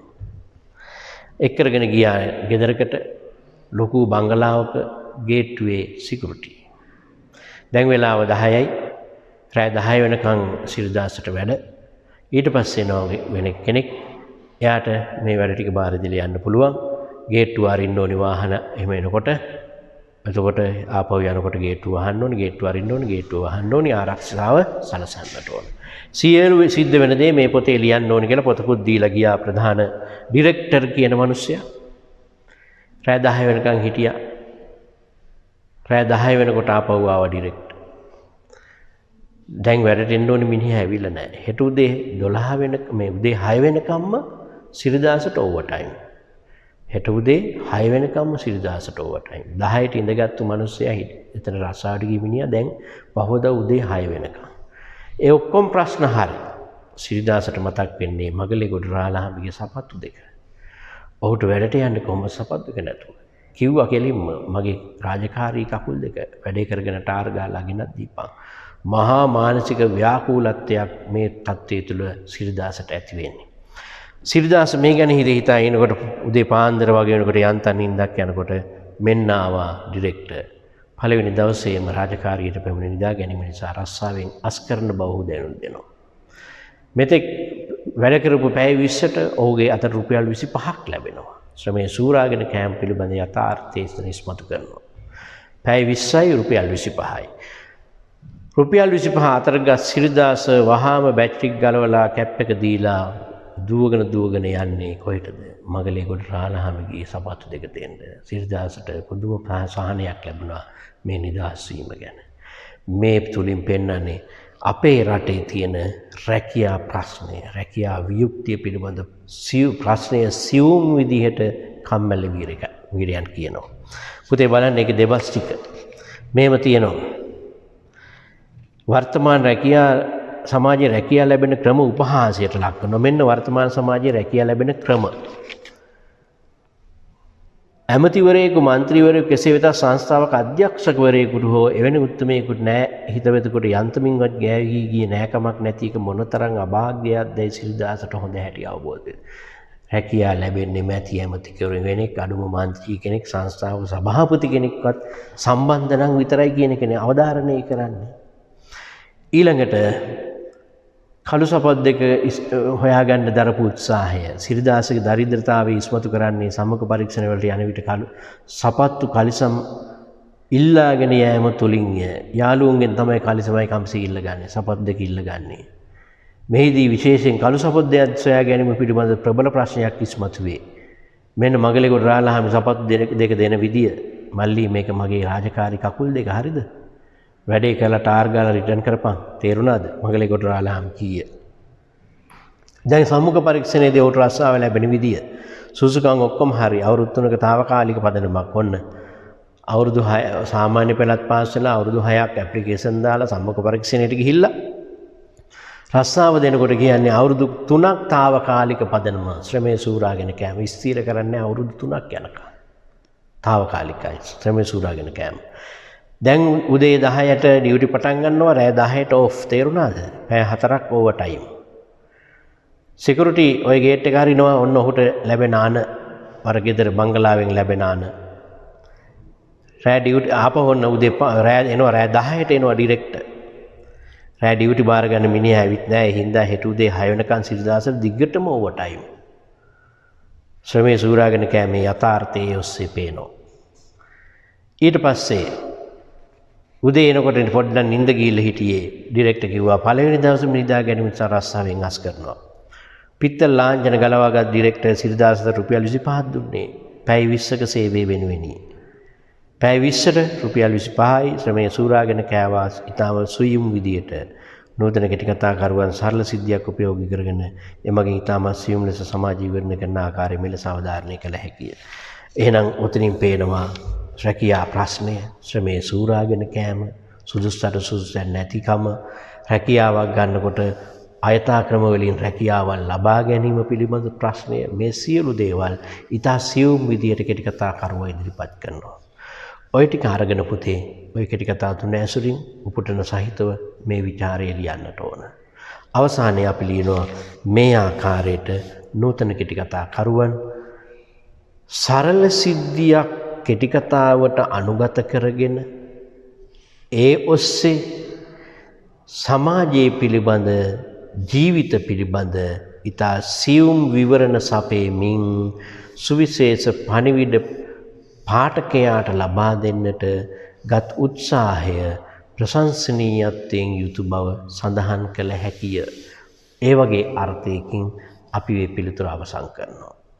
එතකොට පුතේ ප්‍රධාන ප්‍රශ්න දෙකක් ලියනවා මේ අද පුනරීක්ෂණයකේ. එක බැද්දේ ගම, දෙක කෙටිකතා ප්‍රශ්නය. තුන්වෙනි එක ව්‍යාකරණයේ පිළිබඳ සම්පූර්ණ ප්‍රශ්න පත්‍රය. ඔය ටික ලියලා ඊළඟ සතියේ අපි පුනරීක්ෂණ පන්තියේදී ඒ ටික ව්‍යාකරණ ප්‍රශ්න පත්‍රය සාකච්ඡා කරනවා මම ඊළඟ දවසේ. ඊළඟට මේ ලියන උත්තර මට ගෙන්වා ගැනීමේ පිළිවෙලක් හදා ගන්නවා. ඊට පස්සේ මම ඒ ටික බලලා දෙනවා. මේ ව්‍යාකරණ ප්‍රශ්න පත්‍රයේ පිළිතුරු ඊළඟ දවසේ පටන් ගන්න වෙලාවටම අපි ඊළඟ සතියේ සිකුරාදා උදේ 8ටමයි දාන්නේ. ඒ දවසේ පටන් ගන්න වෙලාවටම මේ ව්‍යාකරණ ප්‍රශ්න පත්‍රයේ උත්තර ටික සම්පූර්ණයෙන්ම සාකච්ඡා කරනවා. හරිද? එහෙනම් ওই ටික කරගන්න අපි එන සිකුරාදා ආපහු හම්බ වෙනවා උදේ 8ට. උදේ 8 ඉඳලා මේ ව්‍යාකරණ ප්‍රශ්න පත්‍රයේ උත්තර ටික බලලා ඊට පස්සේ අපි ඊළඟ නිබන්ධනයට යනවා. එතකොට එතෙක් මේ වැඩ ටික හොඳට කරගෙන පාඩම් කරලා ටිකක් උනන්දුවෙන් මේ කාලය වැය කරන්න.